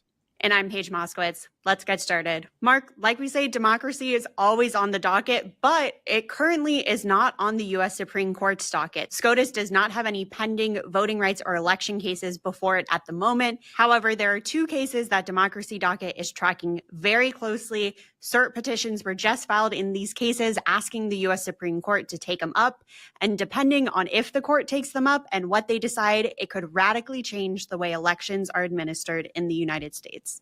Yeah, so the first case is a case out of Montana. And this is a case actually my law firm and I litigated. Montana passed a series of anti-voting laws. And I mean, these were doozies, Paige. I mean, this was, one of these specials that we saw a lot of states engage in, a lot of Republican states engage in a few years ago. And these laws got challenged and went up to the Montana Supreme Court and were found to violate the Montana state constitution. So these anti-voting laws that targeted young voters, targeted vote by mail, made it harder for Native Americans to vote, the usual Republican fare. They were found to violate the state constitution. So they were struck down and they have not been in effect since. Well, what is the state of Montana saying?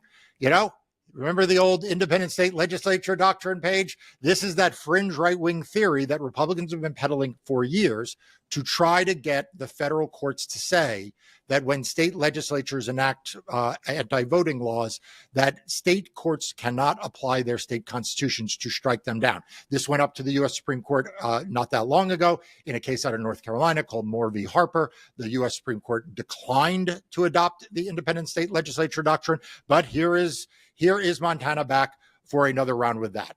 The second case is actually brought by a Republican congressman in Illinois, And he is upset because in Illinois, like 18 or 19 other states in the country, if you cast a mail-in ballot, and it is postmarked by Election Day, but it is not received for a few days afterwards, it counts. And Paige, Democracy Docket did some extraordinary coverage of this in the last months leading up to the election, when Republicans in state after state were challenging these laws. We saw them challenge in one form or fashion these laws that allow absentee ballots or mail-in ballots that are relinquished by the voter before Election Day, but come in a few days afterwards. We saw them challenge these laws in states like Nevada, Illinois, obviously we're talking about, and most notably in Mississippi, the only one of those laws that got challenged where a court actually sided with the plaintiffs, in that case the RNC, at the Fifth Circuit. That I just saw the promo code question for the Chud app. A petition for rehearing.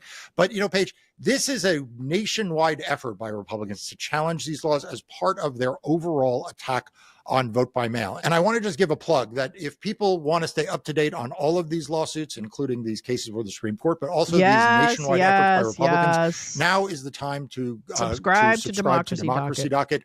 The link is in the show notes below. Or if you want to become a premium member and show your support and also get some additional exclusive content, you can become a paying member, and that link is also below. Right. Republicans have filed a handful of lawsuits in Illinois, Nevada, North Dakota, Mississippi, challenging these mail-in ballot receipt deadlines. They were completely shut out in Nevada and North Dakota. In Illinois, like we said, the trial court and the Seventh Circuit Court of Appeals rejected the arguments. Mike Bose now appealing to SCOTUS. In Mississippi, the district court rejected the argument. The Fifth Circuit did agree with it. It is the most conservative circuit court in the entire country. However, Mississippi was able to retain its extended mail-in ballot receipt deadline for elections this year. I want to point out the Department of Justice did get involved in a couple of these cases. They filed amicus briefs arguing that this extended mail-in ballot receipt deadline is not only constitutional, but it's really important for military and overseas voters who may need a few extra days in order for their ballots to get back to their home states. Yeah, Paige, and it's Voters really don't interesting. You make a couple of points here that I want to highlight. The first is that Republicans are bringing these lawsuits in places like North Dakota and Mississippi. A Republican congressman in Illinois, right? There is something about this that doesn't feel like they're genuinely concerned in those cases about whether Mississippi is allowing a couple extra days, or North Dakota is, or this congressman from Illinois who brought this lawsuit. This is part of a nationwide effort by them to disenfranchise vote-by-mail voters and to overall tarnish voting by mail, like to try to complicate it. So, I realize people hear this and they say, well, this sounds really technical. And what I'd say to you is, if you are worried about ballots being rejected for not having a secrecy envelope, that's also part of what Republicans are doing. If you're worried about mail-in ballots not counting because they are not dated, that's also something Republicans are doing. If you're worried that ballots might get tossed out because the signatures don't match on the envelope to the specimen, that's also something Republicans are doing, right? So you have to understand this is all part of a plan by the Republicans to make voting by mail less popular, less secure, less reliable, higher rejection rates, so that voting by mail just sort of does not continue its march forward. Because what we've seen is voting by mail get more and more popular in more and more places, and they want to stop that. So that's number one. The second is, though, I think a very important culture point. It has largely gone uncommented in the legacy media how quickly the Republican Party was able to go from the party of the military to the party that has targeted the voting rights of the military. This issue is one issue, but it is not the only issue where we have seen this, right? We have seen this issue of them doing things to target military voters with impunity, with almost no legacy media focus or criticism. Sure, outlets like Democracy Docket, you guys, we cover it all the time, right? And it is one of the reasons why people need to subscribe to Democracy Docket. But the Republicans have really pivoted away from being the protectors of the military voters to really targeting them. And I think that is an important culture point that dovetails with a guy like Donald Trump now being the president, someone who did not serve in the military, who by multiple reported accounts has trashed members of the military. You know, he publicly disparaged John McCain, who was a war hero. He has disparaged Gold Star families. And so, you know, it's interesting to see how their attack on mail-in voting has now included attacking military voters in a way that really, like I said, has been both shameful but also not the subject of enough criticism. Right. And we saw a lot of examples of how the GOP was targeting military voters this year alone. Besides the mail-in ballot receipt deadlines, we saw lawsuits from Republicans challenging overseas and military ballots, saying that states weren't properly verifying identities before sending these ballots. We saw Republicans in Michigan challenged the state's plan to do voter registration at VA offices. They said that that was illegal, that the state shouldn't be doing that. We also saw Republicans challenge the rights of some voters who were born outside of the United States to vote in their home states or their parents' home states. So this election alone, we saw a lot of efforts by Republicans to limit mail-in voting access, but also really target some of the specific ways that military, overseas, and veterans are able to register to vote and cast their ballots. Yeah. And so, look, I realize that everybody feels like the election's over and they can now focus on other things. But here is our message to you. If you care about democracy, you need to care about free and fair elections. And you can't just care about free and fair elections when you win, and you can't just care about free and fair elections when you're in an election year. We have to care about them 365 days a year. I say it all the time. Year out. Voting and so rights these first. cases that are in the U.S. Supreme Court now, that the Supreme Court is deciding whether to take or not, are going to be the cases that in 2026, when we're talking about the midterms, and in 2028, when we're talking about the next presidential election, these are going to be the cases that so many of you are going to have questions about. You're going to have questions about, well, why did this happen? Or why did that happen? Or why can Republicans get away with this or not? So I implore you all to not give up attention on the issues of democracy, because without a functioning democracy, we will not have any of the other things we need to make a better society for ourselves and for. Yes, I agree. Thank you, Mark Elias. You are a great server of this nation. The South Korea. Okay, well, we're going to go to South Korea. Hold on. Let me find something. Hold on. Hold on. Hold on. Hold on. Oh, boy.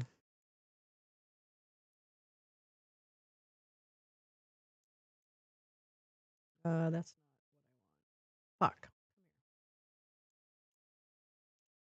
Hold on. Hold on. Okay, well, But we begin with breaking news from South Korea, where President Yoon Suk-yeol has declared martial law. He made the unexpected announcement in a late-night television address. Well, Eunice Kim joins us on the phone now from Seoul. And did anyone see this coming, first of all, Eunice? Hi, Tom. I would have to say unexpected is an understatement. I think we are quite in shock with this development. It is 11 o'clock here in South Korea, quite late. People getting ready for bed to start the workday tomorrow. But the president, Yoon Suk-yeol, did come up on TV screens here in the country to declare, as you said, martial law. And the reason that he gave was a domestic reason, I should say. We do not have a military emergency as far as his address said, but it is to address the political stalemate, if you will, that he feels, the blockage that he feels at the National Assembly to push through his legislative agenda. We know that there's been quite a bit of political tension, not only with the opposition party, but also the man helming the ruling party as well. Han Dong-hoon, he used to be a prosecutor that the president worked very closely with, but he has kind of taken his own way in terms of addressing some of the scandals surrounding the president's wife. But to address kind of what he said tonight, he said he declares martial law to protect the Free Republic of Korea from the threat of North Korean communist forces, to eradicate the despicable pro-North Korean anti-state forces that are plundering the freedom and happiness of our people, and to protect the free constitutional order. So what he is referring to here for our international viewers are likely South Koreans within the South Korean context who the president feels is quite pro-North Korea and certainly anti-Yoon Suk-yeol government. We do know that the president's approval rating really has struggled ever since day one. He's had some of the lowest approval ratings of past South Korean presidents, and currently, as of last week, we saw it at 25%, according to the pollster Real Meter here. But once again, just emphasizing this is quite a development that I think everybody is trying to understand why and what this means for life here in South Korea. He did mention that this does not have, or this will not, greatly impact external relations. But again, underlining there's no, military threat from North Korea as far as we know now, but this does seem more to be like you say, domestic. it does seem to have taken many people by surprise. We're just getting some reaction. The South Korean opposition Democratic Party leader has said the declaration of martial law is unconstitutional. We're hearing that others are saying that the declaration was wrong and there are vows to block it. Can you just give us an idea of how people are reacting to this and what we think could potentially happen in the days ahead now? Right. So we are also hearing from, again, the leader of the president's party, People Power Party, Han Dong-hoon, saying that he would oppose, quote, the declaration of martial law alongside the people. So you have the president's political party actually opposing this move as well. So we can probably say that there will be an intensification of the gridlock in terms of cooperation between the president's office and the ruling People Power Party. But beyond that, we really would have to wait and see what this means. He did say he would try to minimize impact on daily lives of the people who are not in that political sphere. Okay. But again, this is very fresh. He's tweeting. Yeah, indeed it is. Only happening in the last half hour or so. Eunice Kim, thank you so much for all of that. We really do appreciate it. Eunice Kim for us in Seoul. Well, we're going to go now to Si Woong Ko, who is the managing editor of Korea Expose. He joins us from Stuttgart in Germany. First of all, your initial reaction to this, because it seems to have taken almost everyone by surprise. I think that's an understatement. I am genuinely surprised. I am extremely shocked. But at the same time, I'm just asking myself, are we really in the 21st century? Korea transitioned to a full democracy in 1987, and we have not seen a maneuver like this since then. OK, so why would the president do something like this? So officially in his statement, he says there has been unreasonable obstruction to his policies from the opposition, which currently controls the National Assembly. And he says that the country is currently under great threat from communist forces and that he needs to restore order. And that requires extreme measures like this one. In reality, the president, Yoon Suk-yeol, has seen his approval rating plummeting in the last several weeks and months. And yes, the public knows that he has a background as a prosecutor, and he's always used a very strong anti-communist rhetoric. But for him to go this far is just simply astounding. Yeah, it seems to have taken almost everyone by complete surprise. We're just getting some information in now that the entrance to Parliament is now blocked and lawmakers cannot enter at this point in time. The South Korean opposition leader Lee says that Parliament will do its best to nullify Yoon's martial law, but the military may try to arrest members of Parliament. I mean, how extraordinary would it be if that was to happen? It would indeed be extraordinary. Yes, as you rightly point out, the Parliament has the power to call on the president to lift martial law if a majority of National Assembly members were to agree. And indeed, that is precisely what we would see the opposition doing. But if the military is blocking the lawmakers from entering the building, then we are really going into a completely uncharted territory in the history of South Korea. Yeah. I'm also seeing online on major news portals of the South Korean internet sphere that many articles related to the current political development have been either blocked or erased. So what does martial law mean? I mean, obviously we've seen the military step in at Parliament. Some websites are now being blocked. What else? What other repercussions are there? So he is essentially insisting that he will use his executive power to override what he calls opposing forces. And in this case, he's essentially referring to the legislature. Other than that, details are somewhat unclear. We've also heard the South Korean military saying that they are now enhancing their preparedness to deal with threats to national security, which what does that mean? They're worried about perhaps North Korea? Well, that is the official rationale, of course, that Korea is under threat both from external forces, meaning North Korea, and from internal forces, particularly communist sympathizers. And that's the label that he often uses to discredit the political opposition and the main opposition Democratic Party, which is in control of the legislature.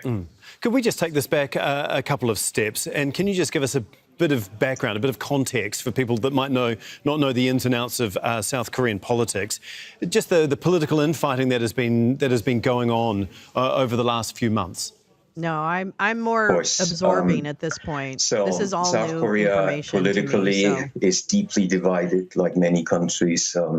In the last presidential election, I think it's that saw fascinating. the current president Yoon Suk-yeol take office, we have seen the electorate basically split in the middle when it came to supporting either him or the candidate of the main opposition party. And since then, the president has suffered serious major setbacks related to scandals involving his wife, who has been accused of multiple instances of corruption. And there has been a call from the legislature, of course, the opposition party, demanding a special investigation of the extent to which his wife has been influencing state politics. Instead, he has been intensifying his anti-communist rhetoric. And also we have seen the relations between North and South Korea degrade over time. And of course, there has been instances of exchanging balloons that carry anything from propaganda brochures to excrement crossing the DMZ in both directions. Okay. And just as we had thought that perhaps President Yoon might make a concession, he has decided to resort to this maneuver. And we're also hearing that the leader of the ruling party, that is President Yoon Suk-yeol's party, also saying that this is not the right thing to do for the country. OK, we'll have to leave it there for the moment, but we will come back to you a little later on in the programme if you can stay with us. That is Si-Won Koo, Managing Editor of Korea Expose. Now, if you're just joining us, I want to bring you up to date with this breaking news out of South Korea. This probably is the President Yoon Suk-yeol has declared an emergency martial law. He says the measure was necessary. Thank you. That was just a piece. That's going to end. Let me find. This is 2 live shots. Hold on. Let me go here.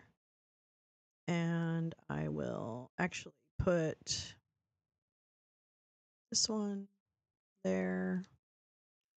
And then I will take this one. Away. So we only have 2 screens to look at. All right, so this is the Reuters. I'm assuming it's outside of Parliament. Hold on, let me. Too many screens. Too many.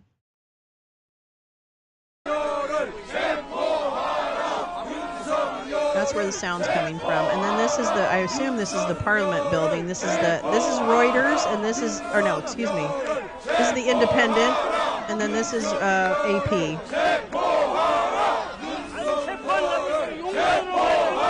And that's the Parliament. I just don't have enough screen room on this. I can put this on top of that. They've been sending poo balloons for a while. I had no idea. Meanwhile, Seb Gorka is working for the moon. A poop balloon! Poo balloons! Ew! I'll take the propaganda. Don't poop on me. Yes! Poop balloons! Even I wouldn't think of that. I wouldn't do something like that. I wouldn't send a poop balloon to my enemy. Oh man, I can't figure out how to get this screen. I need to understand how to use my real estate better. That's a, yeah. Yeah, it's a government thing. I guess they poop in balloons. How do they do that? Well, I mean, they're big balloons. They're not like regular balloons. But who's in charge of pooping? To put it in there? I don't want to go there. I don't want to talk about it. Why are we talking about it? Terrible. Terrible.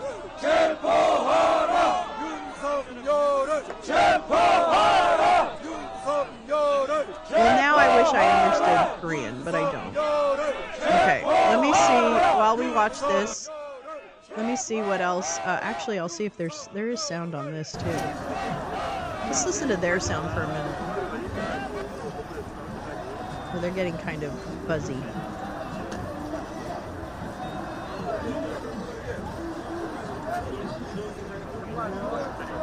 Unification was named because its intentions are to unify the 2 countries. Oh.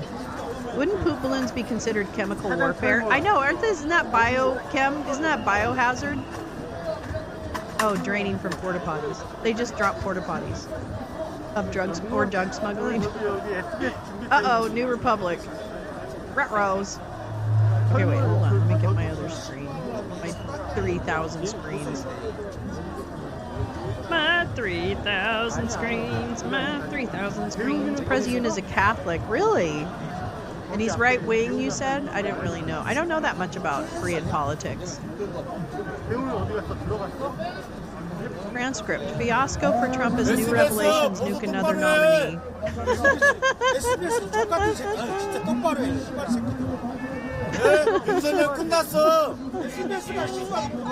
These nominees are just going down in flames. I'm sorry. They really are. They really are. Let me see if I can find something else going on here as well. A poop balloon. 99 poop balloons. So at least we're not at the poop balloon stage. That's right, Jane. That's when we really have to panic. Oh no. Let them not figure out that technology, please. Oh, he's Trump-like? I didn't realize that. Well, this is a very interesting turn for him to take, and I don't think it's going to go well for him. I don't know. That's just me. Cheeto only understands. It's Ambrose. Wow. That's kind of a fancy name. That's kind of a fancy name there. Let me see if there's anything else super importante.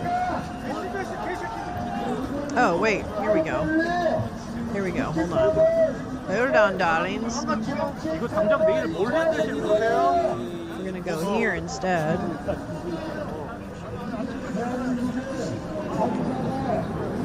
Is the parliament? Let me go and turn off the other one. There's too many things. Okay, so what has sound? Oh, this one. All right, so the sound you hear is coming from the South Korean parliament. Of course, we don't understand Korean, unfortunately, but hold on.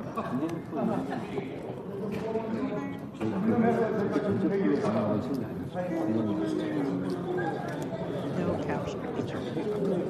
Can barely hear. Oh, I'm sorry. Yeah, I'll turn that down. Turn that down.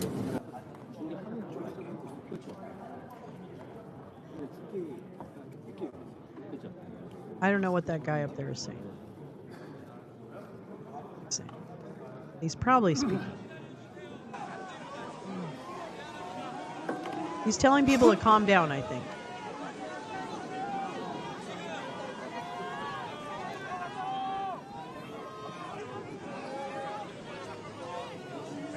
Oh, St. Jane, that's cool.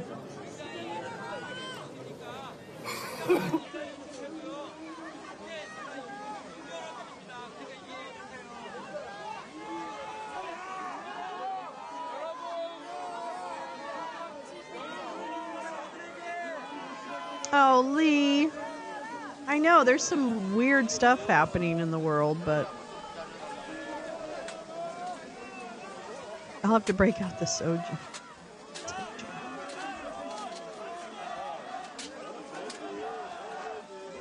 Curious to see what happens.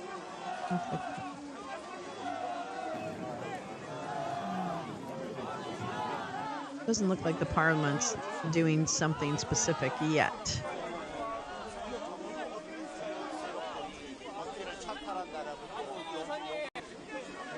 I don't know if they've already voted. I can't believe we're pounding soju right now. Well, okay.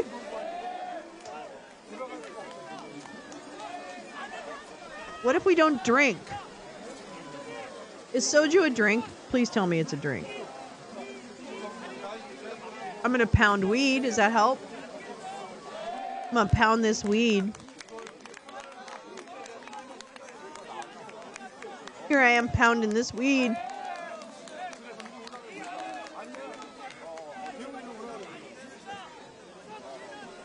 Oh, Teresa. I hadn't thought about that.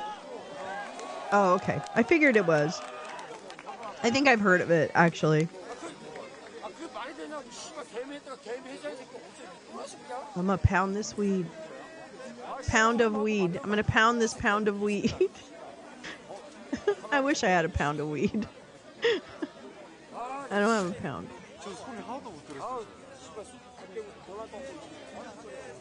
All right. Well, here's the thing, folks. It's about 2.5 hours in. It looks like there is a lot of stuff that's going to happen with this. So I'll be watching it during the day. I believe you all will be watching it and doing your worldly things. Quart of slaw, pound of weed and thou. So romantic. What a romantic you are. Quart of slaw, pound of weed. Slaw. Quart of ale. No, quart of water. Pound of weed and thou. That's all I need. Filtered water. Okay, so I'm going to go ahead and leave you for now. But if anything really big happens, I will come back. And also, wait a minute. I think there is some stuff happening. Hold on. Coleslaw and chill. I do like a good coleslaw. I like a vinegar-based coleslaw. So, there you go. Fun fact. I mean, I don't want to leave it, but I feel like it's just going to keep going on and I'm not going to add a lot of value.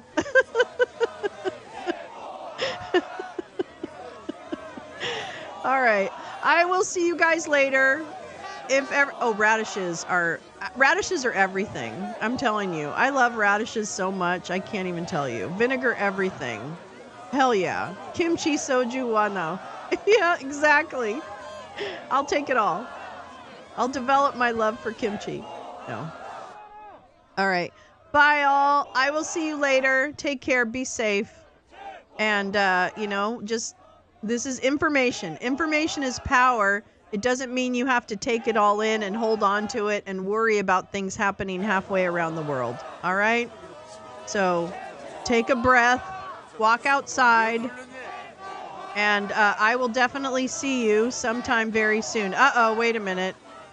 I got something here. Hold on. What do we got? Ah. Want to point out well, here, I got to turn this off. Hold on. Shh. Oh, that's so much better.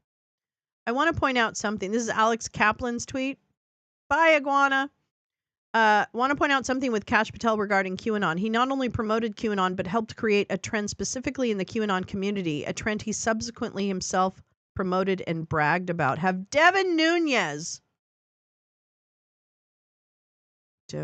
fucking Nunes appealed to QAnon extremists to build a Truth Social users base. Patel has suggested that QAnon... We have a lot of shit to talk about when it comes to Kash Patel and QAnon.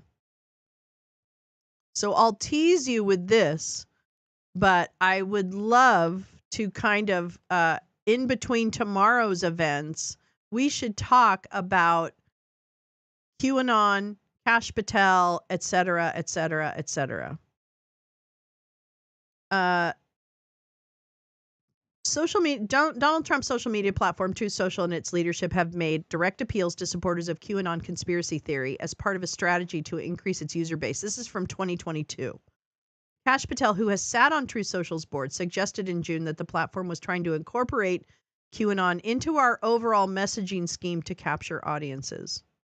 The article has the beer with Q tweet. Oh. According to Trump, Truth Social, which was launched by his company, blah, blah, blah, was created to fight back against big tech, aimed to become a home for Trump soon after the launch. I want to read, yeah, this is what. Okay. Around the same time, QAnon influencers discovered the account and hyped it, believing it was connected to the 8kun Q. Let's see. Is that our favorite? Oh, 8chan. Fred, whatever his name is. Opposition leaders in South Korea voted to block martial law. Thanks, Carrie, for that update. Thank you. Yeah, we definitely need all of this in one package because there's a lot. I pulled a lot of the Q stuff, interestingly enough. So around the same time, believing, Patel, in late February, Patel posted that he was having a beer with Q right now, with a tagged photo showing a person's arm in a flannel shirt. The same day, the Truth Social Q account wrote that it was cashing out with cash, included a photo of someone in a cashed out shirt holding a beer.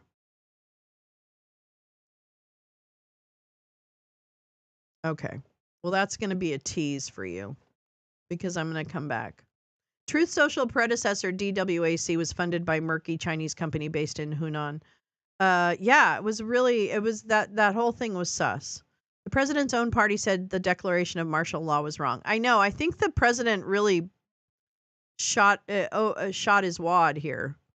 I don't think this was a great move for that president. It's sounding like it doesn't seem like it was a very popular move, but it remains to be seen what's happening with that situation. So certainly something to keep an eye on in terms of safety. You know, you certainly want people to be safe. So yes, that's a teaser for what's to come. Cashing out with Q, kind of tying, what is surrounding the president? What is surrounding that administration? What are the types of people that are informing that? And what are their ties back to how this country was mind-fucked? What are their ties to that? Because Q is not gone. Q is now embedded and normalized within the right-wing community. So Q is not gone by any stretch of the imagination. In fact, they achieved a goal, which was to embed themselves in the lore. Yeah, we need a Q. So anyway, I think it's still very relevant to talk about these concepts because they are what is embedded in a third or a quarter, a third to whatever of the country. Maybe not the baby blood drinking ones, but there's a ton of other Q related Genesis items that got us here. So eat kimchi and be healthy. We do need to be healthy. Yeah. Anyway, thank you so much. Thanks. Yeah, we can have L. Yeah. Let's do L. I want to do well. Yeah, let's do L. L says. I could just do non sequiturs and go, the beaver built the dam on the craziest river. That's my first L drop.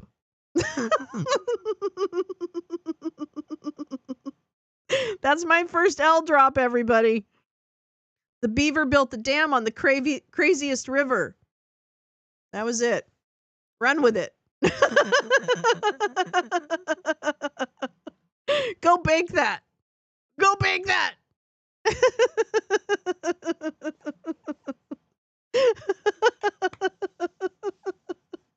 All right. I love you guys. I will see you later, if not tomorrow morning for shoresies. And it's an important day. We've got a big SCOTUS day tomorrow. So yeah, off to find the crazy river. All right. Have a great day. No, there's no crazy conspiracy. It's a NAD drop. And remember, penis rejuvenation through shock therapy is a thing, apparently. But do your own research. All right, guys, I love you. We're the only sane ones here, by the way, just so you know. All right. Yes. Ciao, Bella.